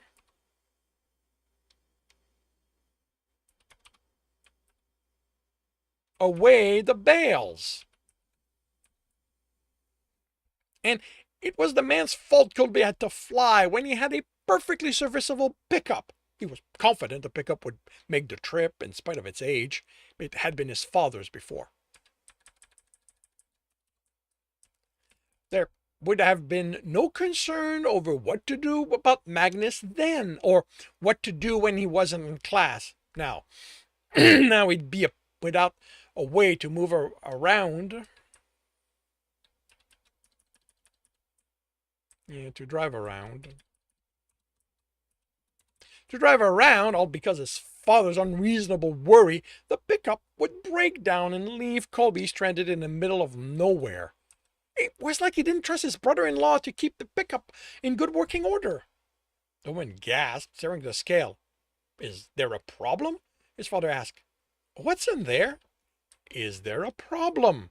He repeated. There couldn't be. Colby had checked that the pack was under 50 pound, the 50-pound limit for checked bags. He'd even been forced to use the smaller safe for Magnus because of it, although the temptation to leave the change of clothing had been strong. Not that it would have been enough. With them, the total came to 48 pounds. It just seems like a small bag to weigh 50 pounds. Colby leaned over the counter to look, and she stepped back in surprise. It couldn't be 50. There was no way one of the scales at home was off by that much. By that much, let alone three of them. Exact weight when it came to selling cattle was important. 48, he stated, pointing at the display. .2, but he figured rounding wasn't a problem. You have to forgive Colby. He worked hard to make sure he wasn't over the limit. His father smiled. So is there a problem? She flustered. No, it's fine. Moving it to the conveyor was a visible strain. He watched it vanish behind the flap and winced as it started the as it dipped to start down the slide. Magnus was going to get all banged up. You're at gate B21. Her smile looked forced. Have a good flight. She picked up the phone as they walked away. They're just going to scan your bag to make sure you're not smuggling anything. Magnus, he grumbled. It's not illegal to check a gun, even your Magnum. Hell, with the right accreditation, you could bring it on the plane with you. Colby slapped his father on the shoulder harder than needed. Enough, the man staggered. No fair. Why hadn't he told him that? His father rubbed his shoulder, but had the decency not to comment. He knew Colby would have gone through what was required to get it. At the gate, his father placed both hands on his shoulder. Son, you're going to be on your own now. You're just a text away, but you'll have to handle things without us. I know it's hard, but that's part of being an adult. I trust and believe in you, but the world out there might not. Be careful with who you trust, not just with what you can do, but with who you care about. You're nice and have a big heart. Men will try to take advantage of that. And I don't mean only adults. Guys your age can be just as nasty, if not nastier. He raised Colby's head and looked him in the eyes. Be careful, son. Not everyone deserves the love you give. He hugged his father. Love you, Dad. Love you too, son. Colby was the last to exit the plane, in spite of his eagerness to go to the carousel and get Magnus back. Hurrying wouldn't make the airports process the bag any faster, and by being last, he didn't have to worry about being bumped. The flight hadn't been as horrible as he'd feared. The flight attendants had been nice and offered them water and Coke, and even insisted that it was complimentary when he initially refused. Moving about when he needed to use the bathroom was a little inconvenient. He was broader than the aisles and felt silly walking sideways along it. The other passengers were nicer than he'd expected. The internet was filled with complaints about people's behavior on planes, but he hadn't seen any of that. Even the incident causing a man's suitcase to tip over and spill as he made his way to the bathroom hadn't turned out into a stream of reprimand, although it had looked like it might. But Colby apologized, then did his best to gather everything. The man had still been put off, but the anger had been replaced with mild inconvenience, and any possible shouting turned into a severe, be more careful next time, to which Colby promised he would, and was. His mother had always told him that being polite, honest, and trying the best he could would solve many of the problems he might encounter in life. That had proved true around and outside the ranch, but it had been Texas. People were always polite there. He was pleased to realize it applied outside the state as well. The airport app guided him to the carousel. Then, when he didn't find his pack, fear set in. They'd lost Magnus. It would be all alone with no one to take care of it. Is everything all right? The woman was elderly, with a smile that reminded him enough of Granny he wanted to hug her for comfort. He shook his head, searching the carousel. Can't find your bag? He nodded, fighting despair. What was he supposed to do to find Magnus again? What flight were you on, dear? He took the ticket out of his jacket and handed it to her. With a chuckle, she put the glasses on, the glasses that hung around her neck, to her eyes, then returned the ticket. She was on her phone, typing and scrolling. Oh, they haven't started on that flight yet. She showed him the page with lists of numbers and letters and times. He knew what they represented, but they meant, but worry made them blur. She put a figure on the one. That's your flight. It's going to be an hour before those bags arrive. I'm afraid this airport isn't very fast with those. Relief flooded him, then dread. An hour?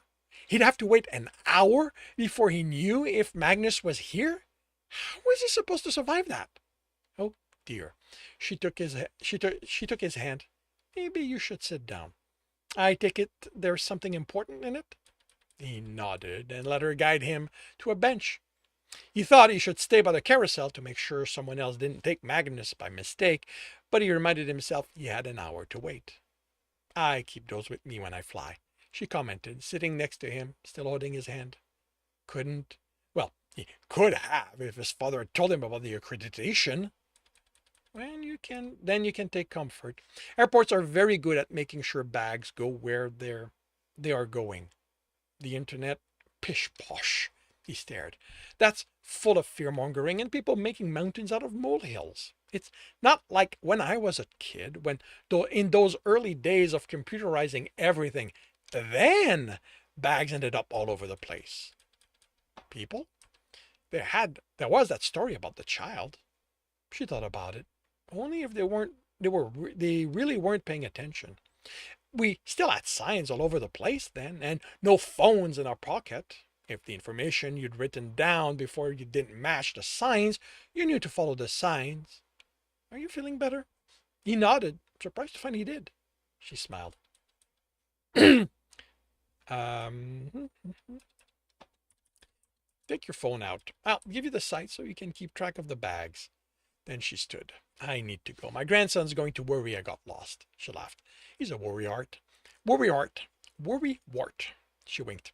I haven't gotten lost on a flight since I was a child. He hugged her. Thank you. She hugged him back, and some more of his worry melted away. It's all right. You take care now, dear. Here?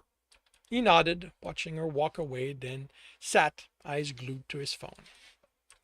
The wait was not interminable, but watching the time approach 0, then go past it, was nerve-wracking. 10 minutes passed when the bags should have arrived. He was ready to sound the alarm when the first bag dropped onto the slide, and Colby winced in sympathy for its content.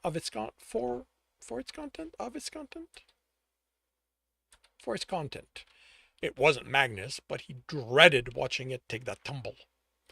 When his pack appeared, then slid down, it was without a tumble, and he hurried to pick it up, forcing himself not to hug it. He slung it over his shoulder and used the app to locate the exit, then headed there. A commotion caught his attention. Airport security was attempting to restrain a woman. His first thought was that it was too much. Then she shoved one, and he flew a few feet away. Parahuman, shoving her strength around. She didn't look that strong, and probably wasn't as strong as the woman he'd fought in March, but she seemed to be more than the agents could handle. He was a dozen feet from them when a security agent stepped before him. You need to step away, sir. Help. I'll help. The woman in security uniform was shoved against the wall hard enough she staggered. They needed help.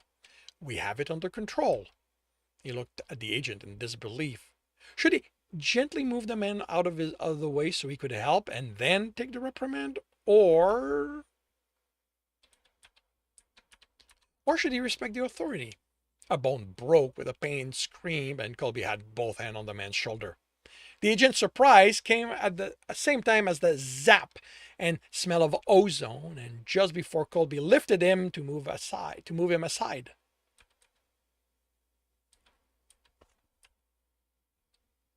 Lifted and moved him aside.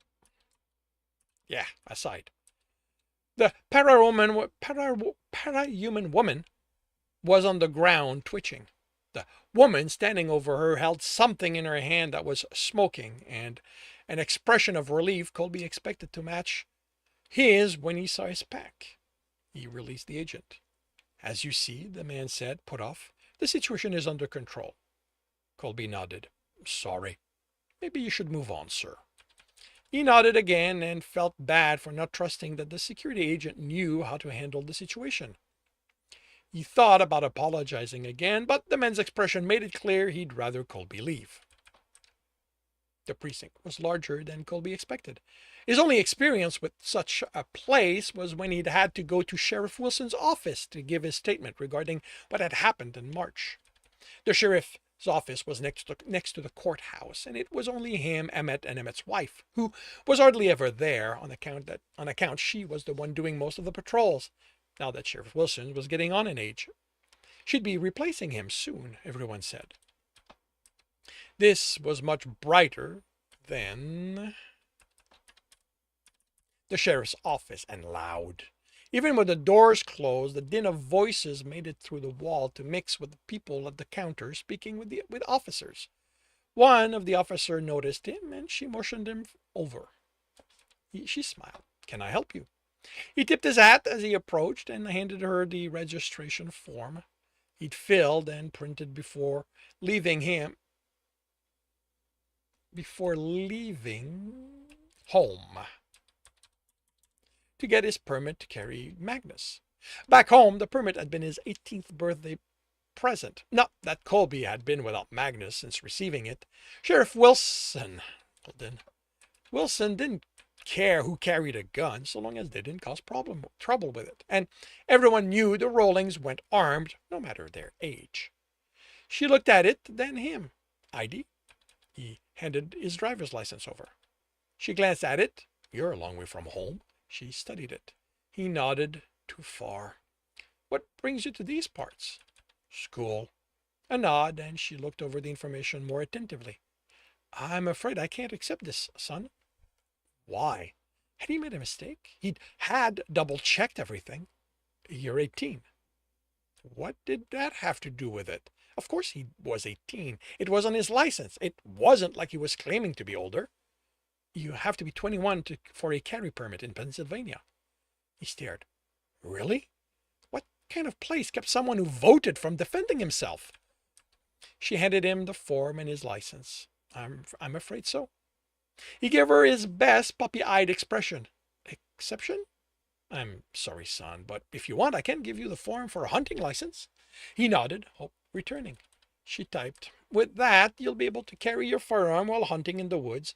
You'll have to check online. To find out where the open parks are and what the hunting season is this year. The city? She chuckled, reaching back. I'm sorry, son. They've yet to make the city a hunting ground. She offered him the form. Where are you going to school? Harker, he said, and he looked at it dejectedly. I've never heard of it. Where is it? Finley. He looked the form over, searching for anything that would let him take Magnus out of its safe. Right, that's why. I didn't realize they'd started taking students. He no longer saw the text. All he saw was Magnus locked up for the rest of his life. Denied the freedom accorded to everyone else, the freedom his forefather had fought to grant. Is there anything else I can help you with? He offered the carry permit form again. Please? I'm sorry, she replied with a sad shake of the head. You have to be 21. With a heavy sigh, he left. He had his phone in hand as he walked through the pedestrians.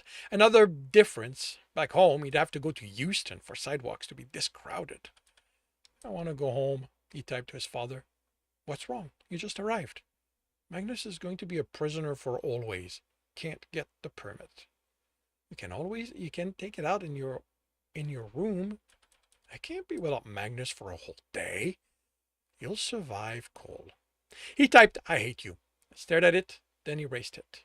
It's not fair. I know. We'll have a shootout during Thanksgiving. That's months away. Only two. Actually, I think August, September, October. Actually, it's because in the U.S. it's in November. Only three. You'll manage. August, September, October. Yeah. He pocketed his phone. How could his father not agree with him? Who in their right mind left their guns behind? He couldn't have taken. He wouldn't have taken Magnus to class. He wasn't that crass. But with the permit, he'd have worn it when this day was done. He hoped his roommate didn't have a problem with Magnus. He didn't know what he'd do if he had an anti-gun nut if they didn't like guns. He respected someone's desire to go without protection, but he expected to be respected in return. The shift in weight over his shoulder registered more than the strength with which he'd been bumped into. Sorry, he said reflectively as he reached for the strap at, at the thunk of something heavy and metal hitting concrete. As the thunk of something heavy and metal hitting concrete happened. His hand closed on his jacket and he turned. He stared at the man in his 40s trying to pull his backpack up. His backpack. That's mine, he snapped, the anger surprisingly strong. Someone had tried to rob him, steal Magnus, and it might have gotten damaged in the fall. He took a step forward. If that man had hurt Magnus, the man ran off without the backpack. He opened it, but without a permit. All that told him was that the safe was fine, not how badly Magnus had been shaken about inside. He didn't care how much or how form-fitting the foam was. After the day Magnus had had, all the ways he'd been thrown about during the flight, it could have been banged up. He closed it, and with an annoyed huff, shouldered it. And he wouldn't be able to check in on Magnus until after he'd gotten his room assignment. Resigned, he brought up the Share Ride app and ordered one to reach the academy. Landslide had to bend under the top of the door frame. At 8'3", he'd been surprised not to be forced to walk slouching in the underground's hallway. He wouldn't have put it past someone like Valiant to have forgotten not everyone was average size. Average sized. You text, Terry? His voice was as deep as his side and rocky exterior led everyone to believe. The room was a wall of screen with 2 men and 4 women sitting in front, watching them typing. Most were from the campus, but a few were of other locations, cities, buildings, one aerial view of a forest. They'd all have to do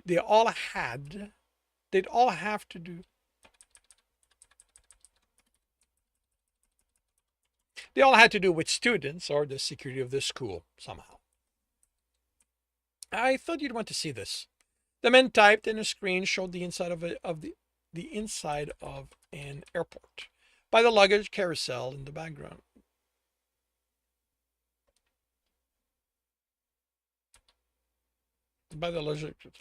More typing, and the image centered on a young man in jeans, shirt and jacket and a cowboy hat with a backpack made of sailcloth-like material slung over his shoulder.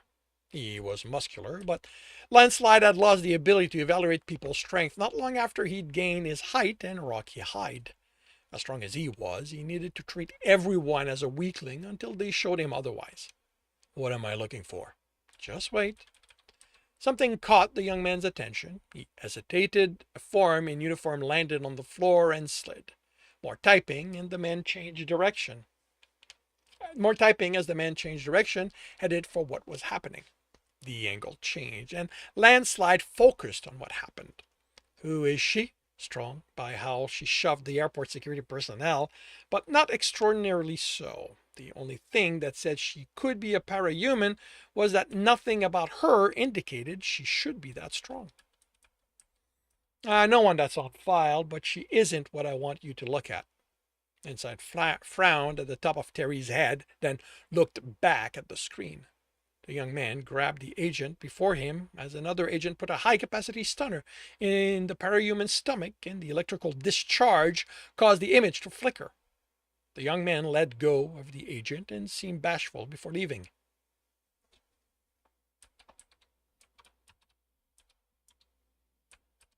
Who is he? Harker hadn't filled the position with people who wasted time. Landslide didn't know why Terry had brought this to his attention, but there was a reason. More typing, and a file appeared. Colby rolling? Terry said. Strength and toughness, so he's one of yours. More typing, and the scene of the young man, this cowboy hat flying off his head as he wrestled a bull to the ground. There was a sense of a big brother chastising a younger one when he stepped away. The finger he pointed at the bull as it got to its feet was pure, don't you even think about it. The bull seemed to agree and walked off. Then a woman with a microphone headed for the young man as he dusted off his hat. There was a look of resigned politeness as he listened to and then said something. How did he come to our attention? More typing. This scene was hectic. People behind pickups exchanged of gunfire. Then the young man ran, and the phone kept up, showing a woman with the disproportionate body of a parahuman. With her was another sending energy beams.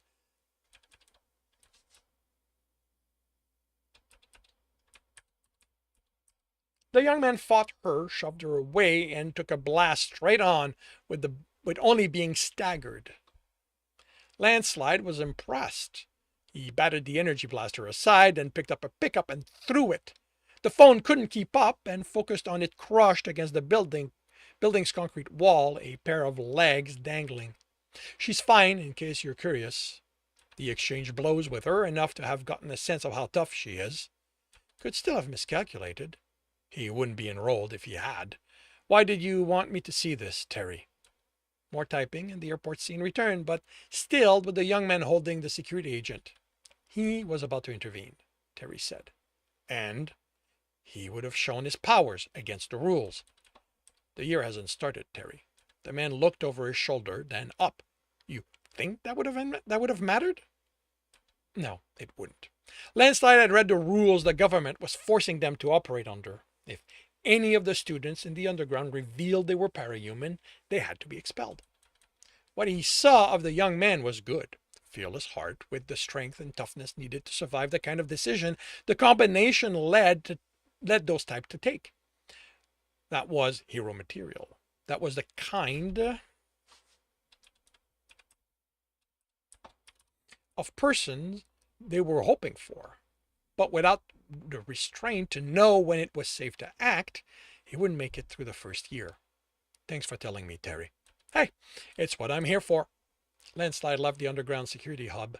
He had a course load to adjust. He didn't know if Colby rolling was indicative of the kind of strength-based student he'd be teaching, but he needed to account for it. And that concludes Colby's transit section of Harker. If you are enjoying this, please leave a like. If you want to know when the next chapter will be up, subscribe, hit the bell. If you want to read this, it's on Patreon and my website. If you want to listen to these live, it's every Tuesday morning, 8 a.m. Eastern Time on Twitch and YouTube. Links are in the notes, and with that, I shall wish you a good day.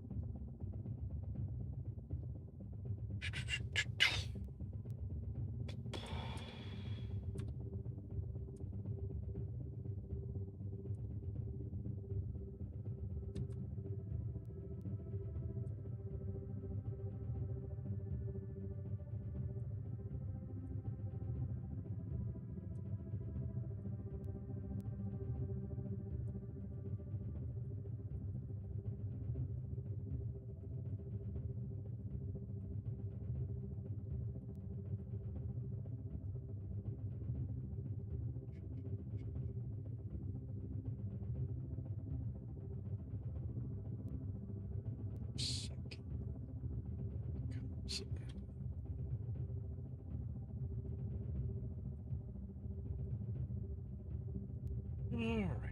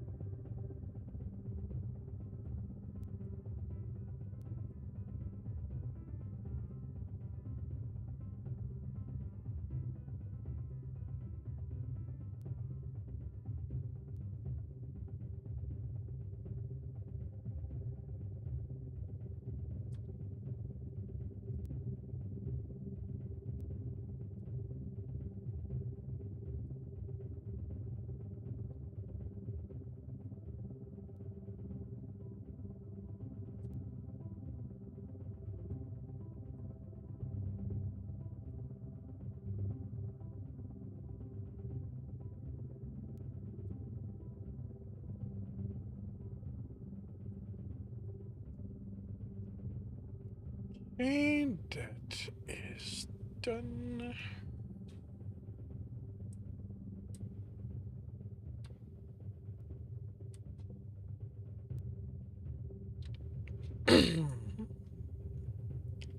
So I've got Claudia and the ores to do.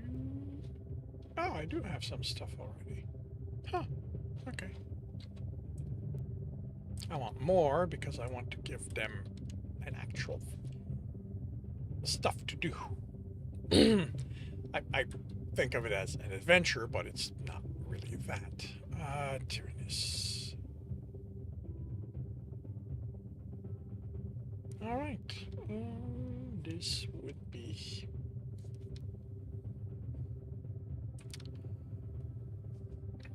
from this side of the room, you look at this becomes Eric because it's the start of a chapter. Eric could see the whole of the machine and it looked normal enough. There were screens which weren't displaying anything, dials and buttons that he had no idea what they did. This could be 100 one of hundreds of machines from this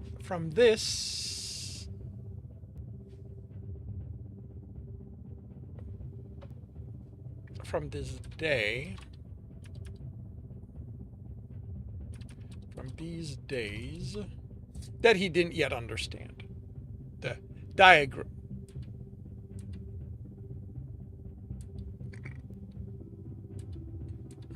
The diagram blossomed in his vision, and the prickling accompanied it, loud and demanding, but something pushed it back. He glanced at Peking, and the child's eyes were closed. His brow furrowed in concentration. Eric studied what was before him. The diagram made no sense, even to the part of his mind where the madness resided. It was clearly a builder creation. The diagram showed things he recognized. There was a calculator in there, a blender, but they were identified as frequency modulator and a barrier bypass?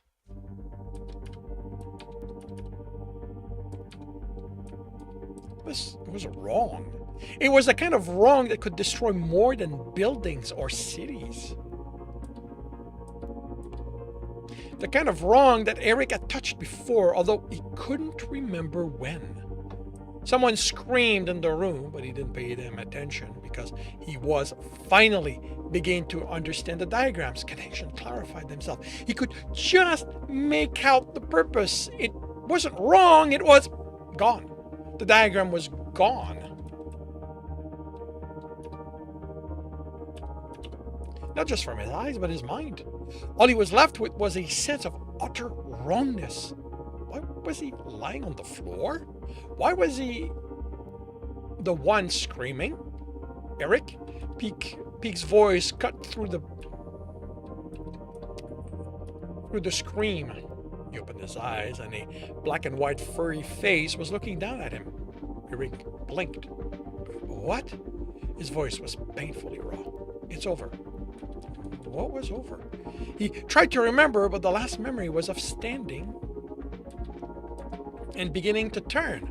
Eric shifted to try to look beyond Peking, but the small hands cut his face. Don't. For being so small, they were strong. What happened? What you saw almost destroyed your mind. Even after you closed your eyes and stopped looking at it, the memories of it ate at your mind. I almost didn't take it away in time. Eric nodded. He didn't remember any of it, but he trusted Peak, and he still had this sense of it being wrong. That thing, it's bad in the worst sense of the word. It is. We have to destroy it. Yes. Eric didn't move. She said, "You're going to destroy the world. How do I know you didn't do this to me, so I'll destroy it?" Peak sat, crossing his leg, and as he sat up,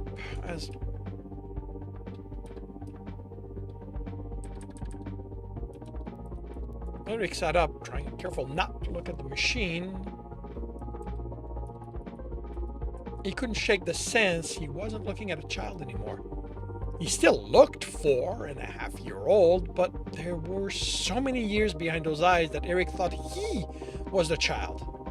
All I can do is swear to you that I have no intention to do that. I love this place too much to wish it harm. But you can't prove it, can you? I think I could, but I don't know if your mind would survive the process. Who are you, Peak? What are you? Peking smiled. That is a rather complicated question. At its simplest, the answer is I am a 4.5-year-old old tuxedo cat hoping to grow up to be a radio DJ or an astronaut. I haven't made up my mind yet. I might decide to be a prince. I love stories about boys becoming princes. I want a chance to experience childhood, to fall in love, get my heart broken, to make and lose friends. There are so many things I didn't get to do before. I just want to live, Eric. Eric nodded. He could understand that. He could get wanting to fall in love. He wanted that himself. Well, he'd had it once, but he never got the chance to tell her. He'd been dragged into the builder division before he could, and then all he knew was the madness. He looked into those old eyes on such a young face, and he decided to believe him. He wasn't of the faith, but believing was something he could do. And he chose to believe that a 4-year-old child could grow up to be someone who helped others instead of destroying the world. And if he was wrong, then he'd do his best to stop him when the time came. Peking smiled. I'd expect nothing less. If what she predicts comes to pass, I'd want you to be there to stop me. I'll be. You have my word. What do you want to do now? I want to destroy this machine. I know that whatever trouble you're predicted to cause, that thing can cause a lot more. The problem is that I can't even look at it. How am I going to do that with my eyes closed? I can turn it off for a time. You can make me normal? Pekin nodded, but only for a time. Eric spent so much of his youth wishing to be normal. The child didn't say anything. You could make it permanent, couldn't you? You could take the Magnus away for good, make me like everyone else. You wouldn't be like everyone else. You are one of those people destined to be different. You are. Please don't bring the Lord into this. You know how I feel about that. It isn't about the Lord of Tyrannus. It's about who you are. The kind of person you are. Even if you stop being a builder, you will continue to help people. That is ingrained in you. It's what made you take off that first bomb when so many people walked by without doing anything about it. They couldn't see it. It was under the car. Do you really think you're the only builder who walked by that car? How about other bombs? For a week you took them off. You think that in that time you're the only one who saw it? How come no one questioned what you were doing? Eric thought about it. He'd gotten looks. Sometimes he'd given poor excuses, but no one had seemed to care. This city has changed while you were away. People don't care like they used to. Everyone is just too busy. That's why we need you here. We need a builder who takes the time to remove bombs from a stranger's car, not because he's looking to get something out of it, but just because others would get hurt. Eric nodded. So you're only going to block my ability for a little while. Peak looked at him with those old eyes. If you ask me, Eric, I will take it away forever. I owe you my life. If that's what you truly desire, I will make you like everyone else. Eric looked at his hand. He'd made so many things with them. Ordinary and extraordinary. Mundane and terrifying. I'd have to want it at my core, right? Eric nodded. Pekin nodded. Eric chuckled. Then you know where I stand. Deep down, I'm always going to be a builder. The child nodded and stood.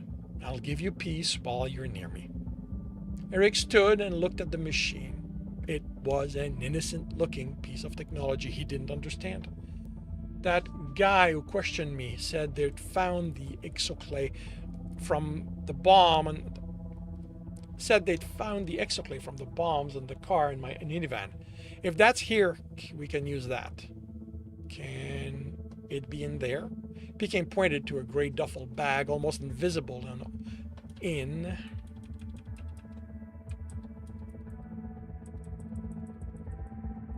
a corner of the room. Eric unzipped it, and it was filled with bricks.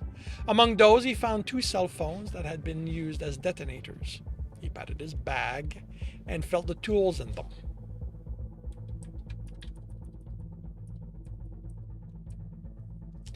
The bag contained 9 bricks. He didn't know where the others were. And he didn't have the time to look for them. That would have to be enough. He could cause more damage if he spread the explosion along the walls, but he didn't have any extra detonation cord to link the bricks. Still, these were enough to destroy the room. He opened the back of the phones and made sure all the wires were properly connected. He closed it and pressed the explosive cap in one of the bricks, then entered that phone's number into the other one and placed the bag against the wall. Against the wall in the middle of the machine. What? Against...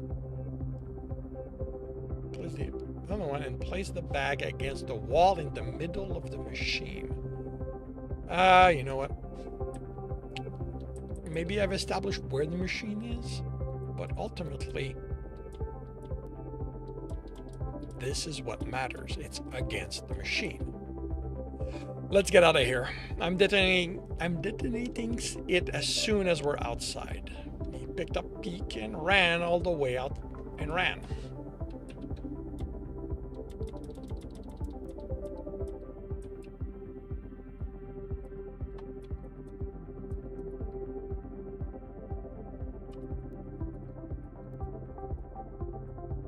He continued running once it exited as he called the phone. The blast was so strong it threw him off his feet. He barely had the time to turn, so he'd land on his back, clutching, peeking against his chest. His jacket took the worst of the skid, and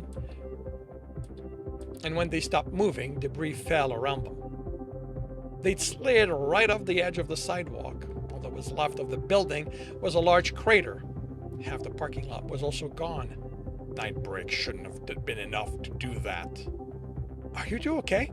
A woman asked. She was offering her hand. She was human, older, and slightly overweight. Her hair was lackluster gray. Eric had to do most of the work as she pulled him off. We're fine. What happened?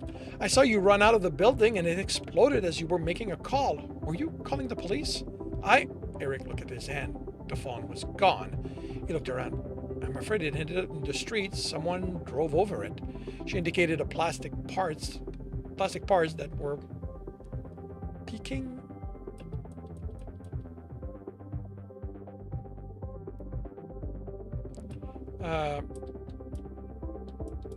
Plastic's part out from under a wheel of a stopped car. Eric was peeking down. I think... Oh, no need to worry about it. There's an officer coming over. Eric turned to see a jackal in blue and yellow walking in their direction. Mr. Clarkson? The jackal stopped before them. Should I ask what you're doing on the side of another... He looked at the flaming crater. Problem?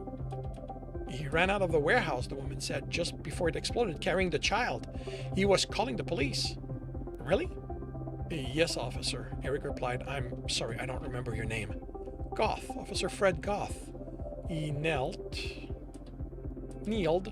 and looked at Peek, who was clinging to Eric's leg. Hello, and who are you? I'm peeking. He answered timidly. And who is this? The jackal indicated Eric. Eric, he saved me. The officer stood. Okay. Care to explain how you happened to be here just in time to save this boy? Well, Eric had no idea how to explain things in a credible way that wouldn't require him to explain everything else as well. He'll believe you, Peek said. Eric took a breath. Someone jumped me in my apartment. I didn't see them before I was knocked unconscious. When I woke up, I was locked inside a room.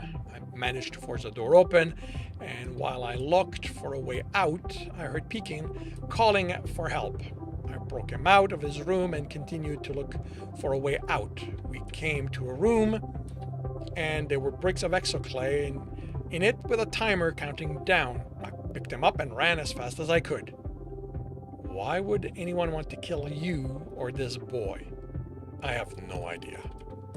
Do you think this is in retaliation for the attempted theft you stopped? Eric didn't immediately remember what the officer meant. Isn't that extreme? It was just a car, a minivan. Still not something worth killing over, right?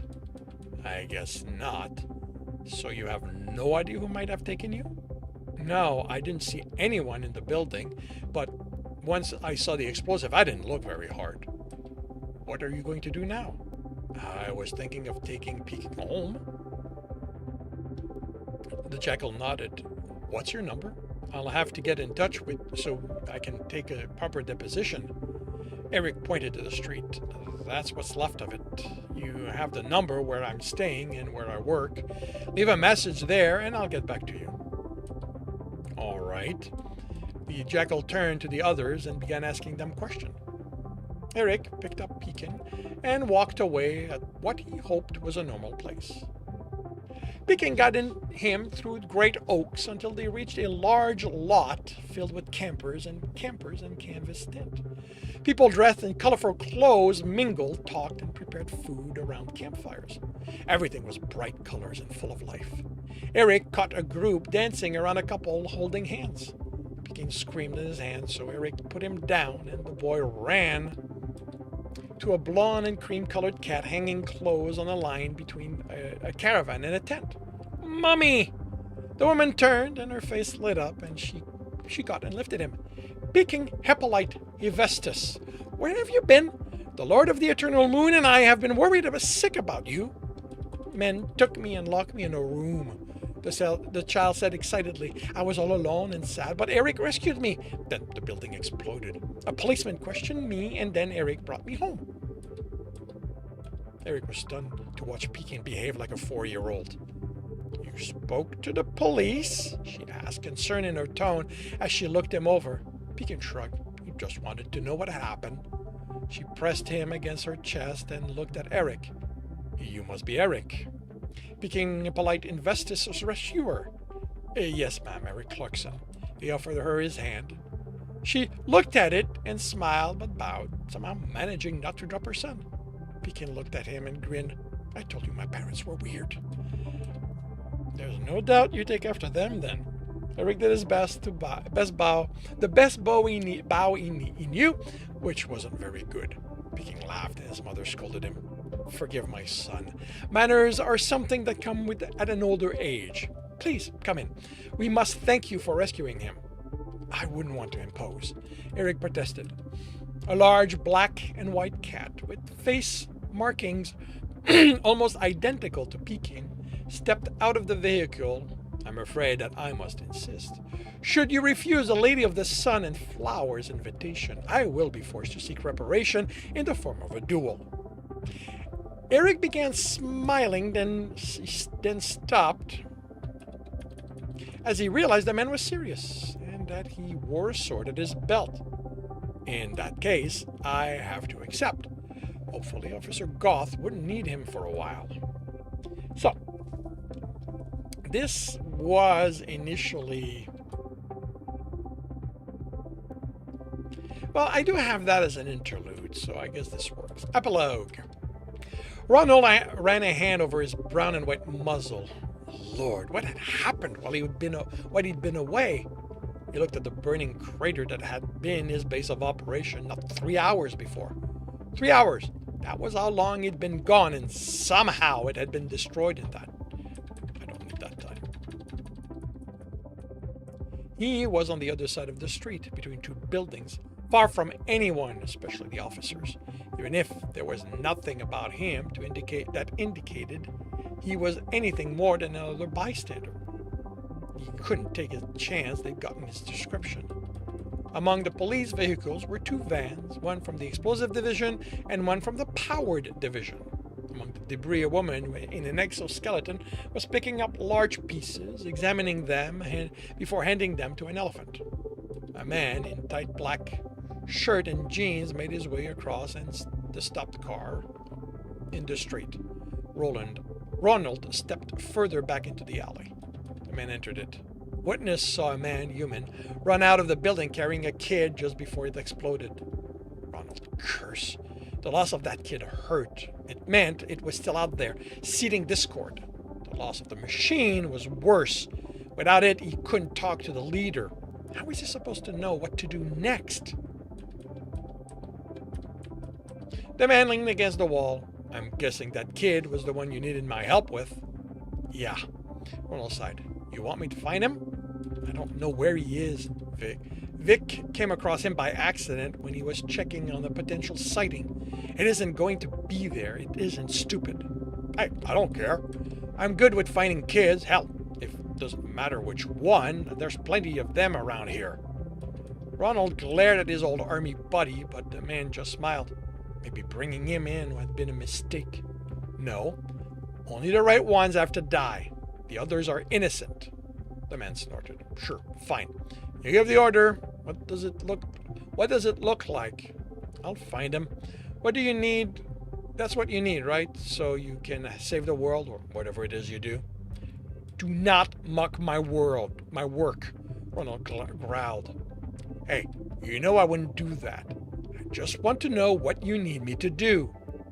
The wolf glared at the human. That he couldn't know how much of a problem this was, Ronald didn't care.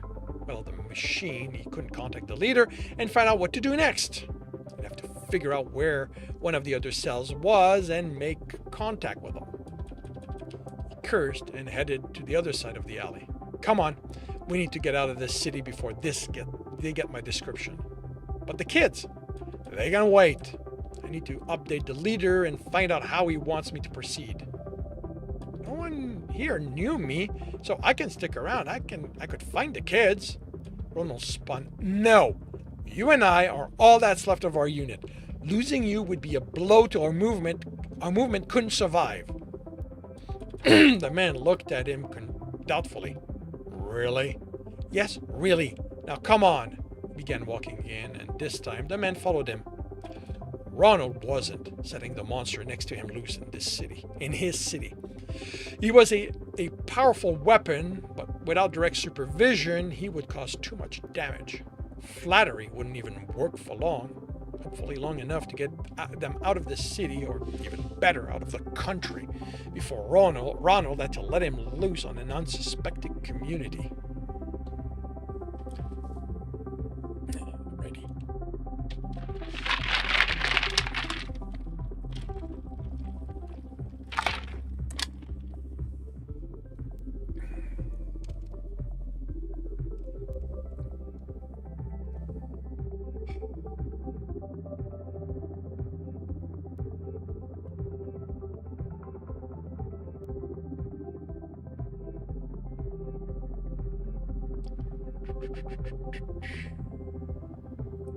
Alright, you get compiled.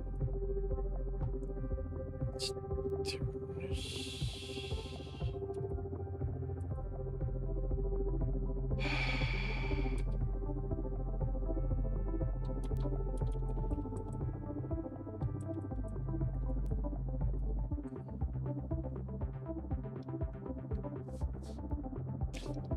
Really? All I asked was a compile like every other.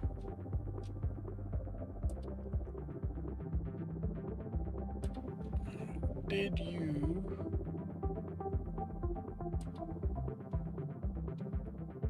compile? Yes, you did. Good.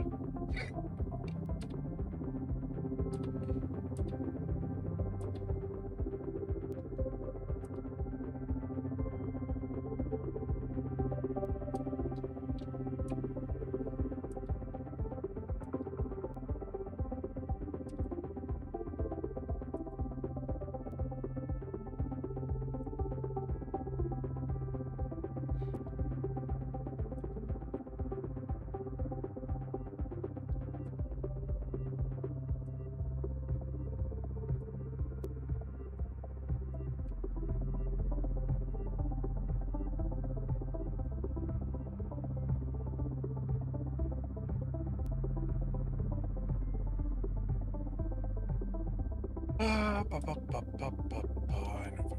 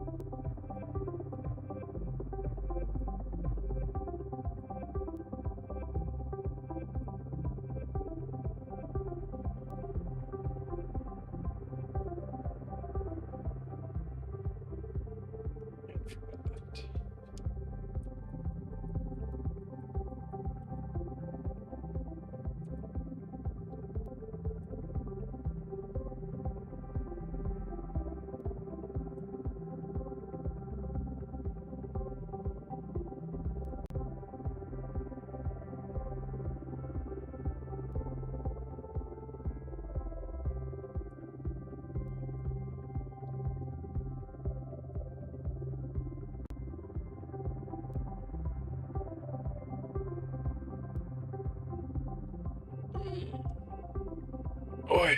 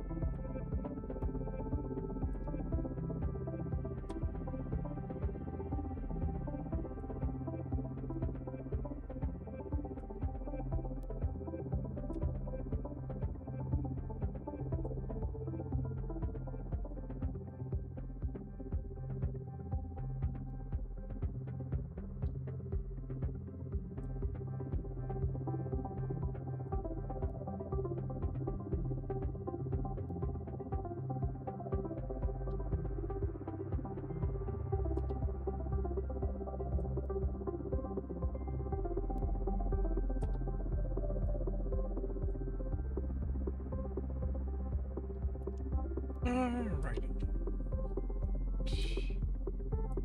It's done.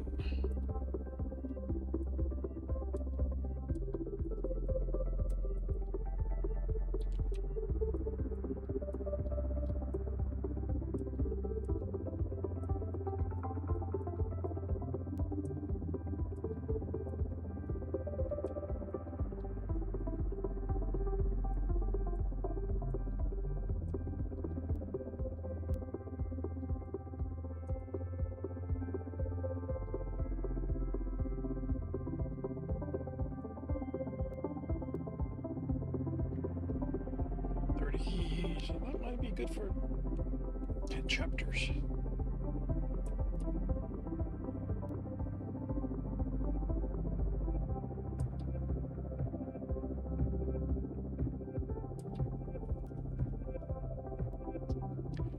All right. That is done. To your step.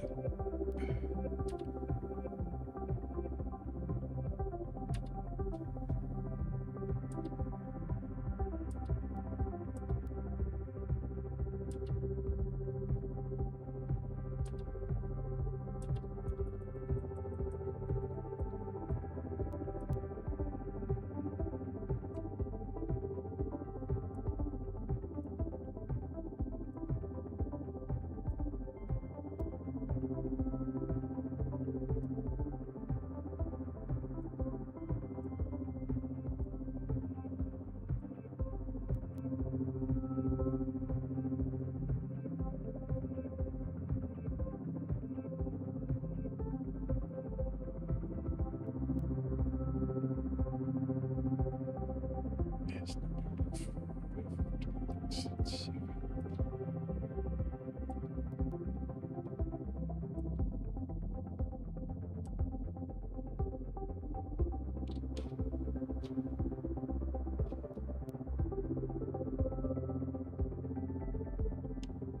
Damn it.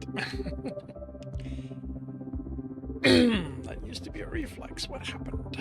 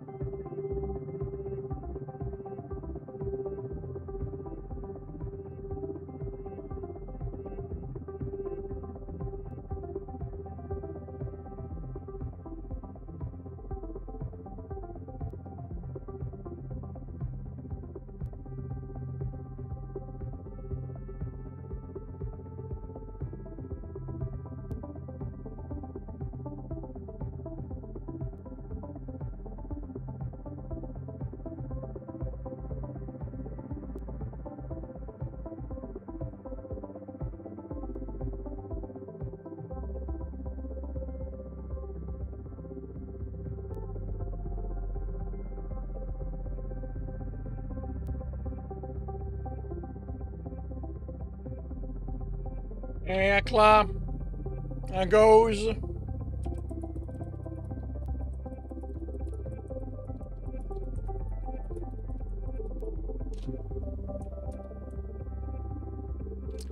Welcome to the stream. What are you up to today?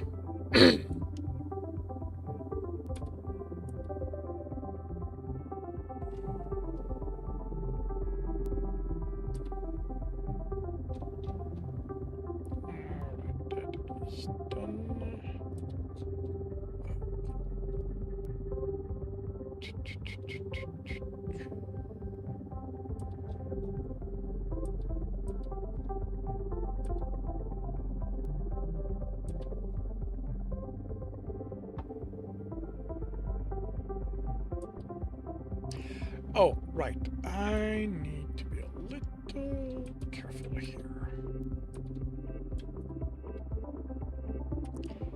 61. That is 29 redux.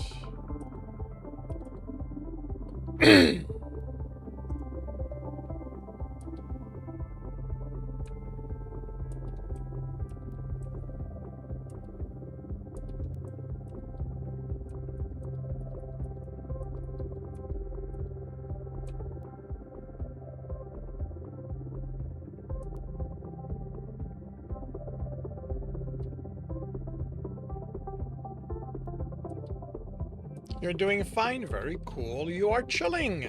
Nice. I'm well. Finished my read and correct.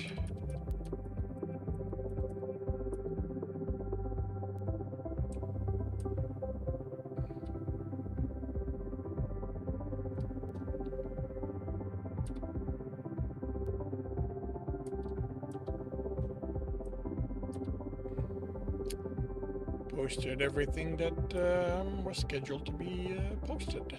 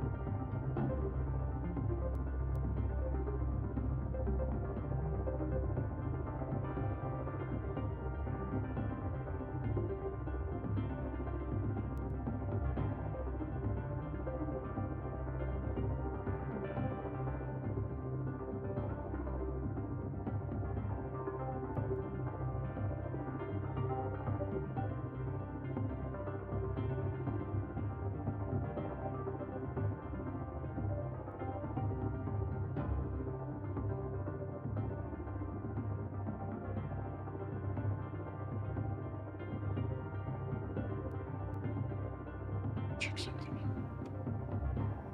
Updated me on the case of why hoarding is important. You've yet another case of you need that thing. You hoarded for 30 months without a use and deleted yesterday. You didn't need it that badly then, I guess.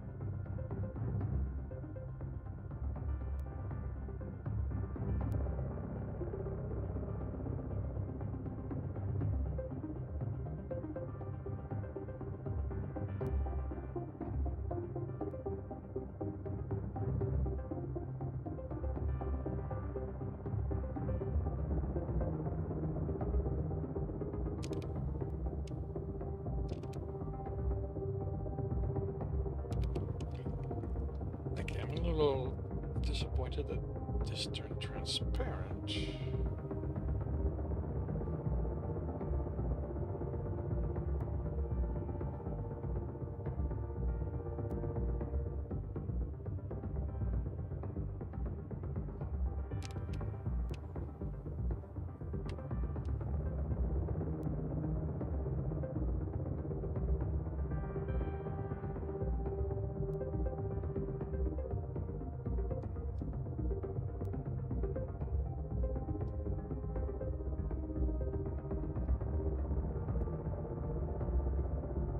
So I cannot update the color.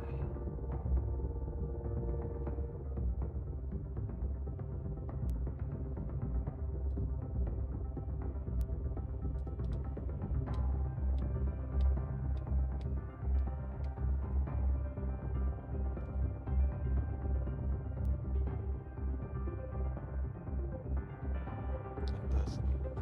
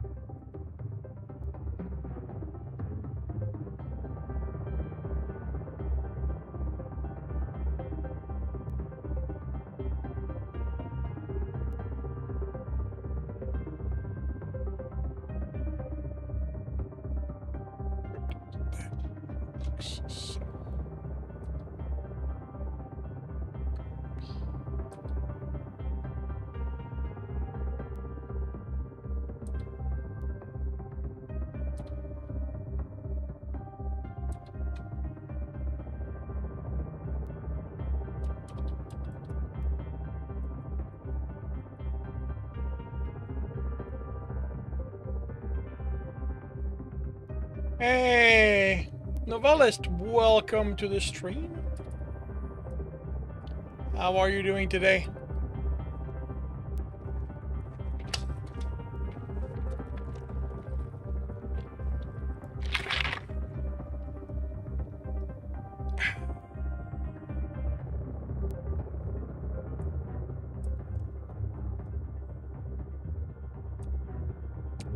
What are you up to?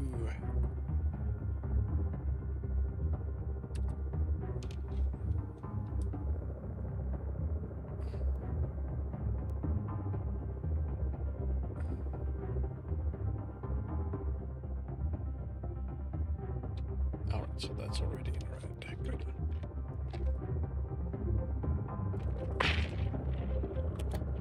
You're good trying to rewrite and scene, because apparently it resolves a trauma response too quickly. Oh. Well, good luck then.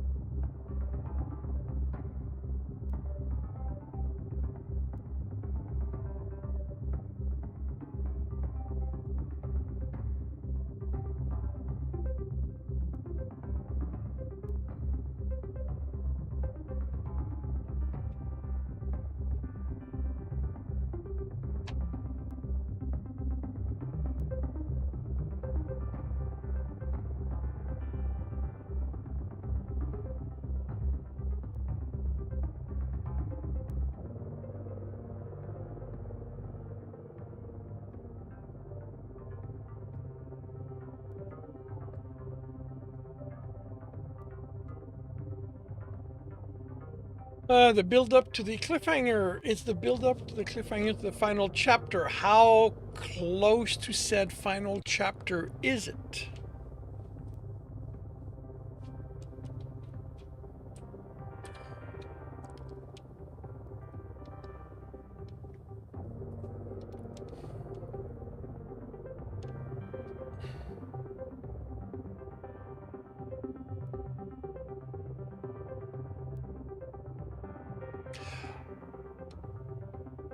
Oh, and because it's a cliffhanger, you don't want the trauma response to resolve.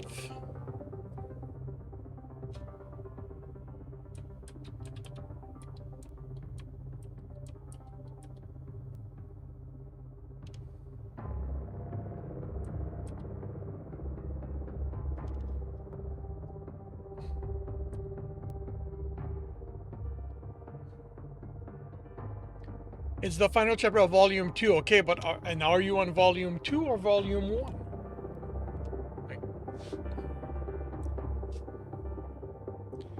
Volume 3 is a recovery arc where your protagonist's trauma goes from freeze to fawn.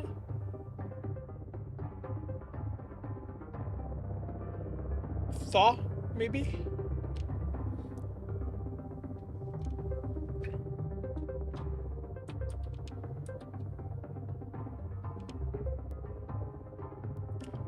Freeze, flight, fawn, and fine. What is fawn in this context? I am not familiar with the context, with the word in this context.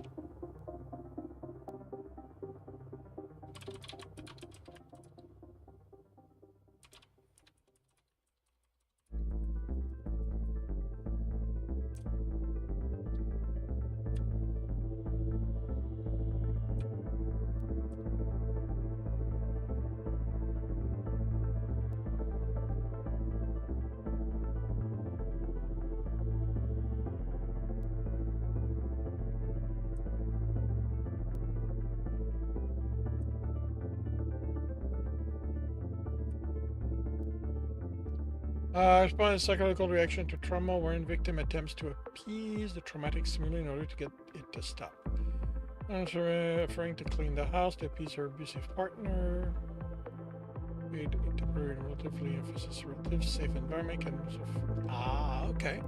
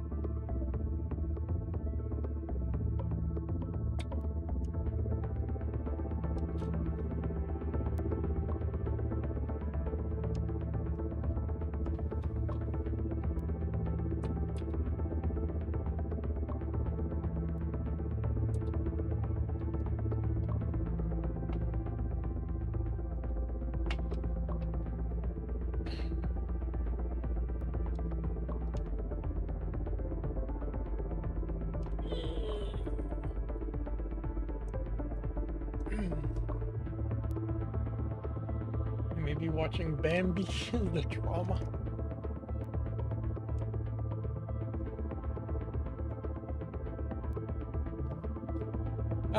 So your protagonist on stage is he's wanting to save the love interest from her bandit or bribing her by planning to offer a family solution by appeasing the fact he couldn't save the people. You can also have ensured to protect crop from village and monster farm invaded, and it was basically a massacre.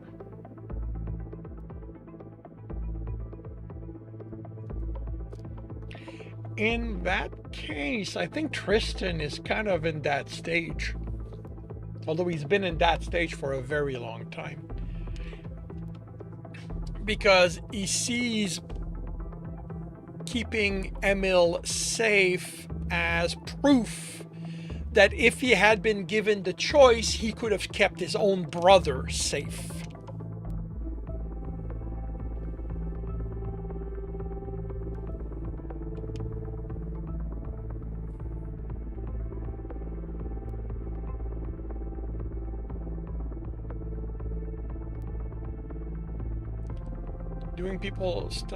People doing stuff because they're sad. Can you elaborate, Akla?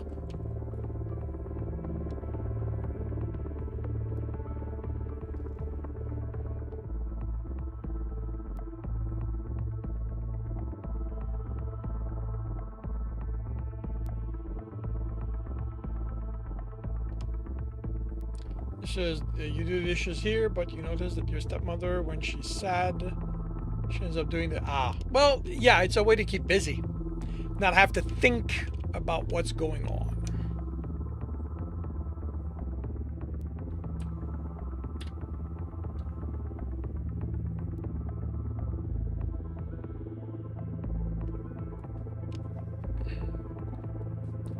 keeping our minds off the problem.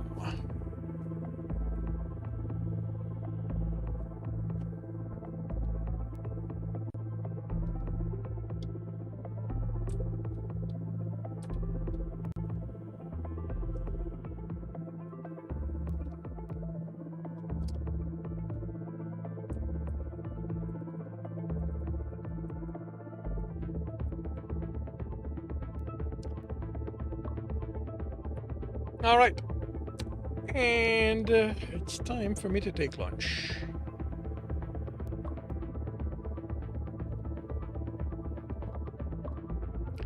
So I will be back.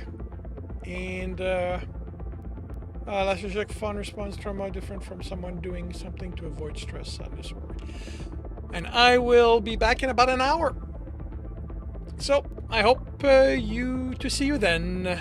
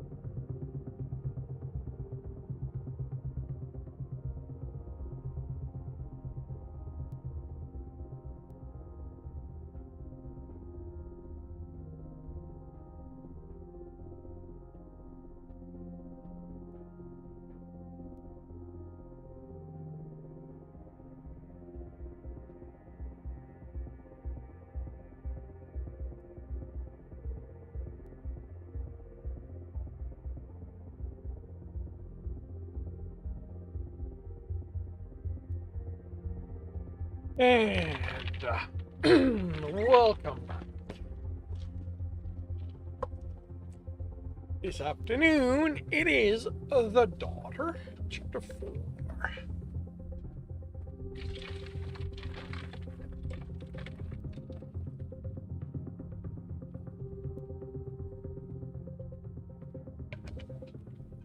While Kindar was away, 0 words. I hope you had a relaxing time then, James.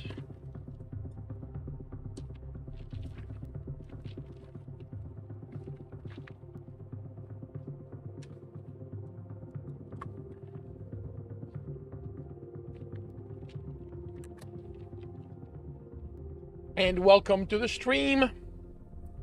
Consider yourself hugged back. How are you doing and what are you up to?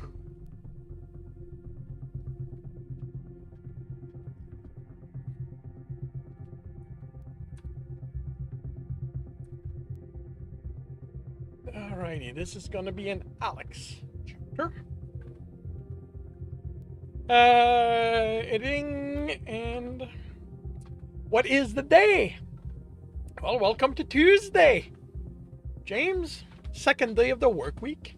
For those of us who work under that schedule, I hope you've had a good week. I hope you're energized for the rest of it. And I am sorry that you are still ill. I hope that passes quickly.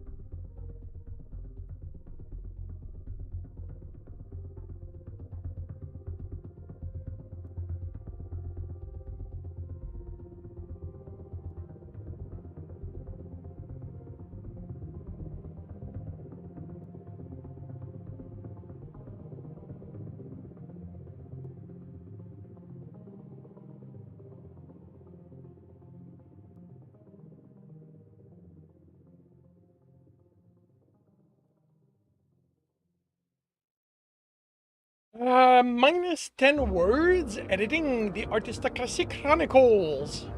Congratulations, James.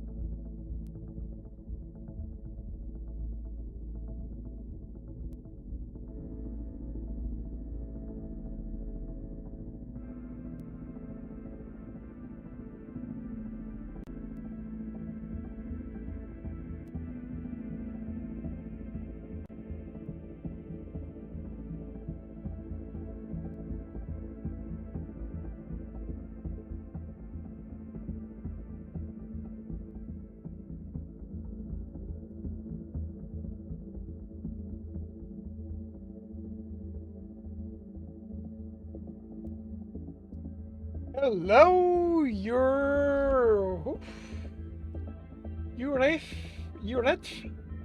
it. Welcome to the stream. How are you doing today?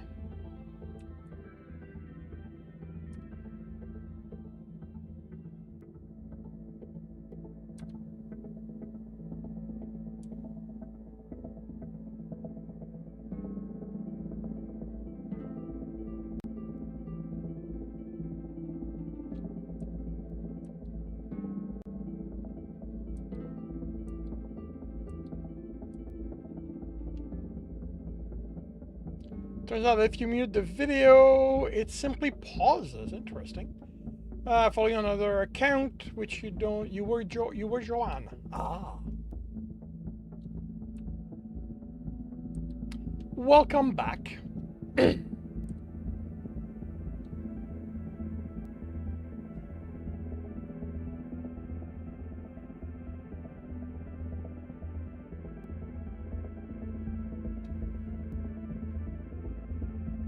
I'm sorry to say that I do not remember the name, but my memory is horrible.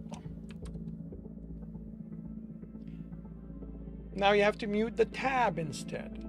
That's interesting. I never had that happen to me.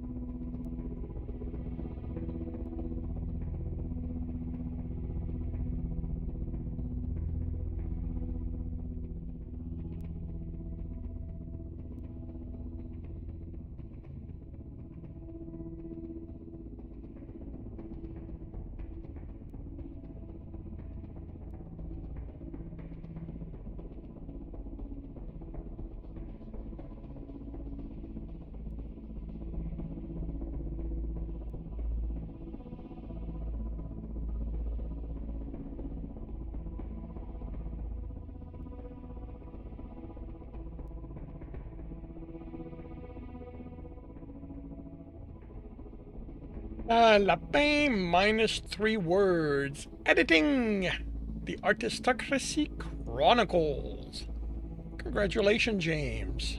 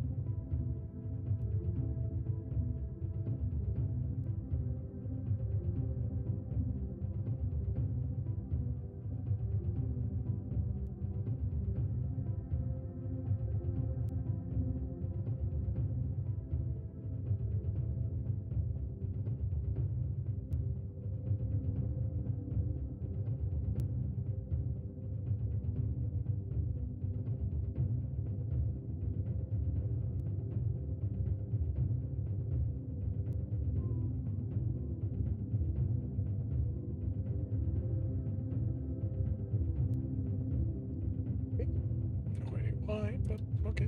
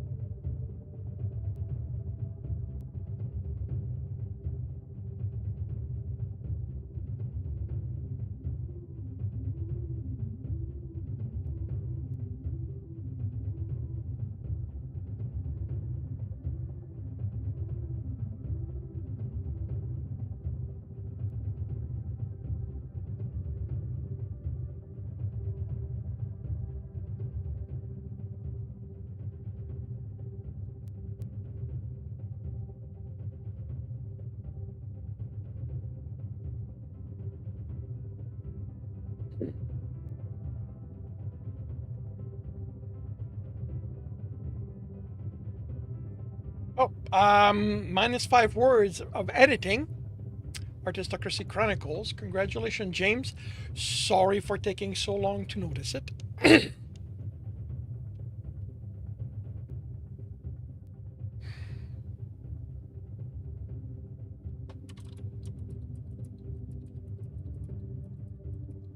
Consider yourself hogged back.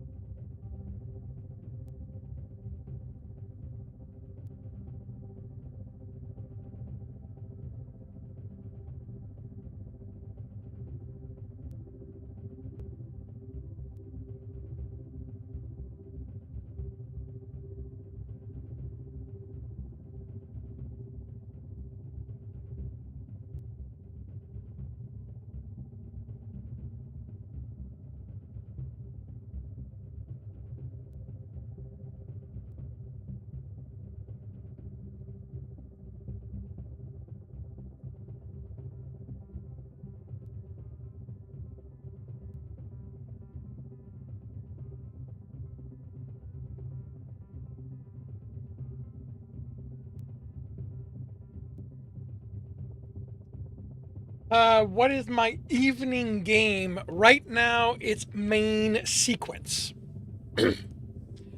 I'm enjoying it. Like, I don't know how long.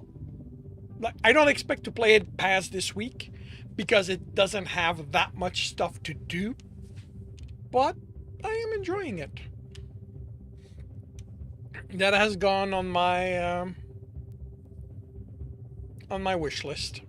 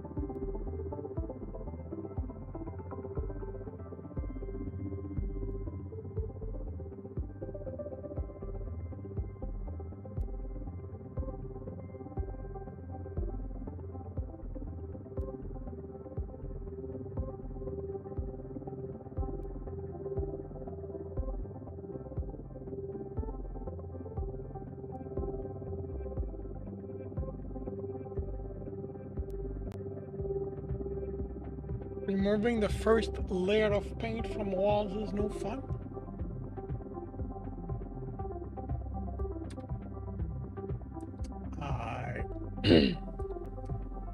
I shall take your word for it. I don't believe I've ever had to do that.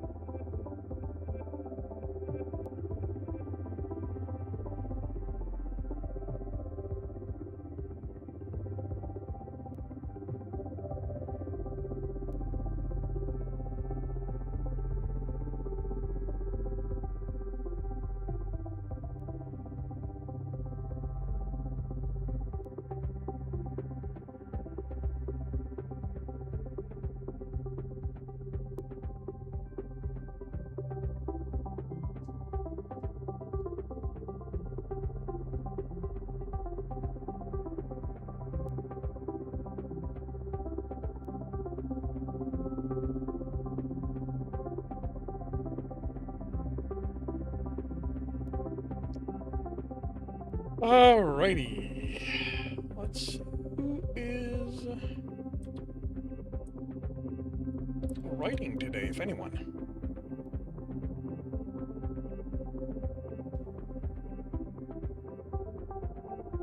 Alright, we're gonna drop by his tent here.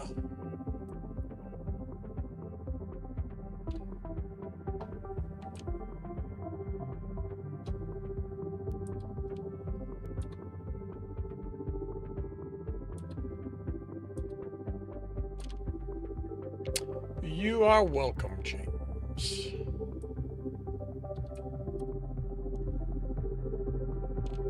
Alrighty. Thank you very much, everyone, for dropping by and keeping me company. I will be back tomorrow morning, 8 a.m. Eastern Time. I will be working on Mind Your Step, and in the afternoon, the Technicians Fight. I hope to see you then. If I do not, I hope you have a good week, a good weekend when it arrives, and I will see you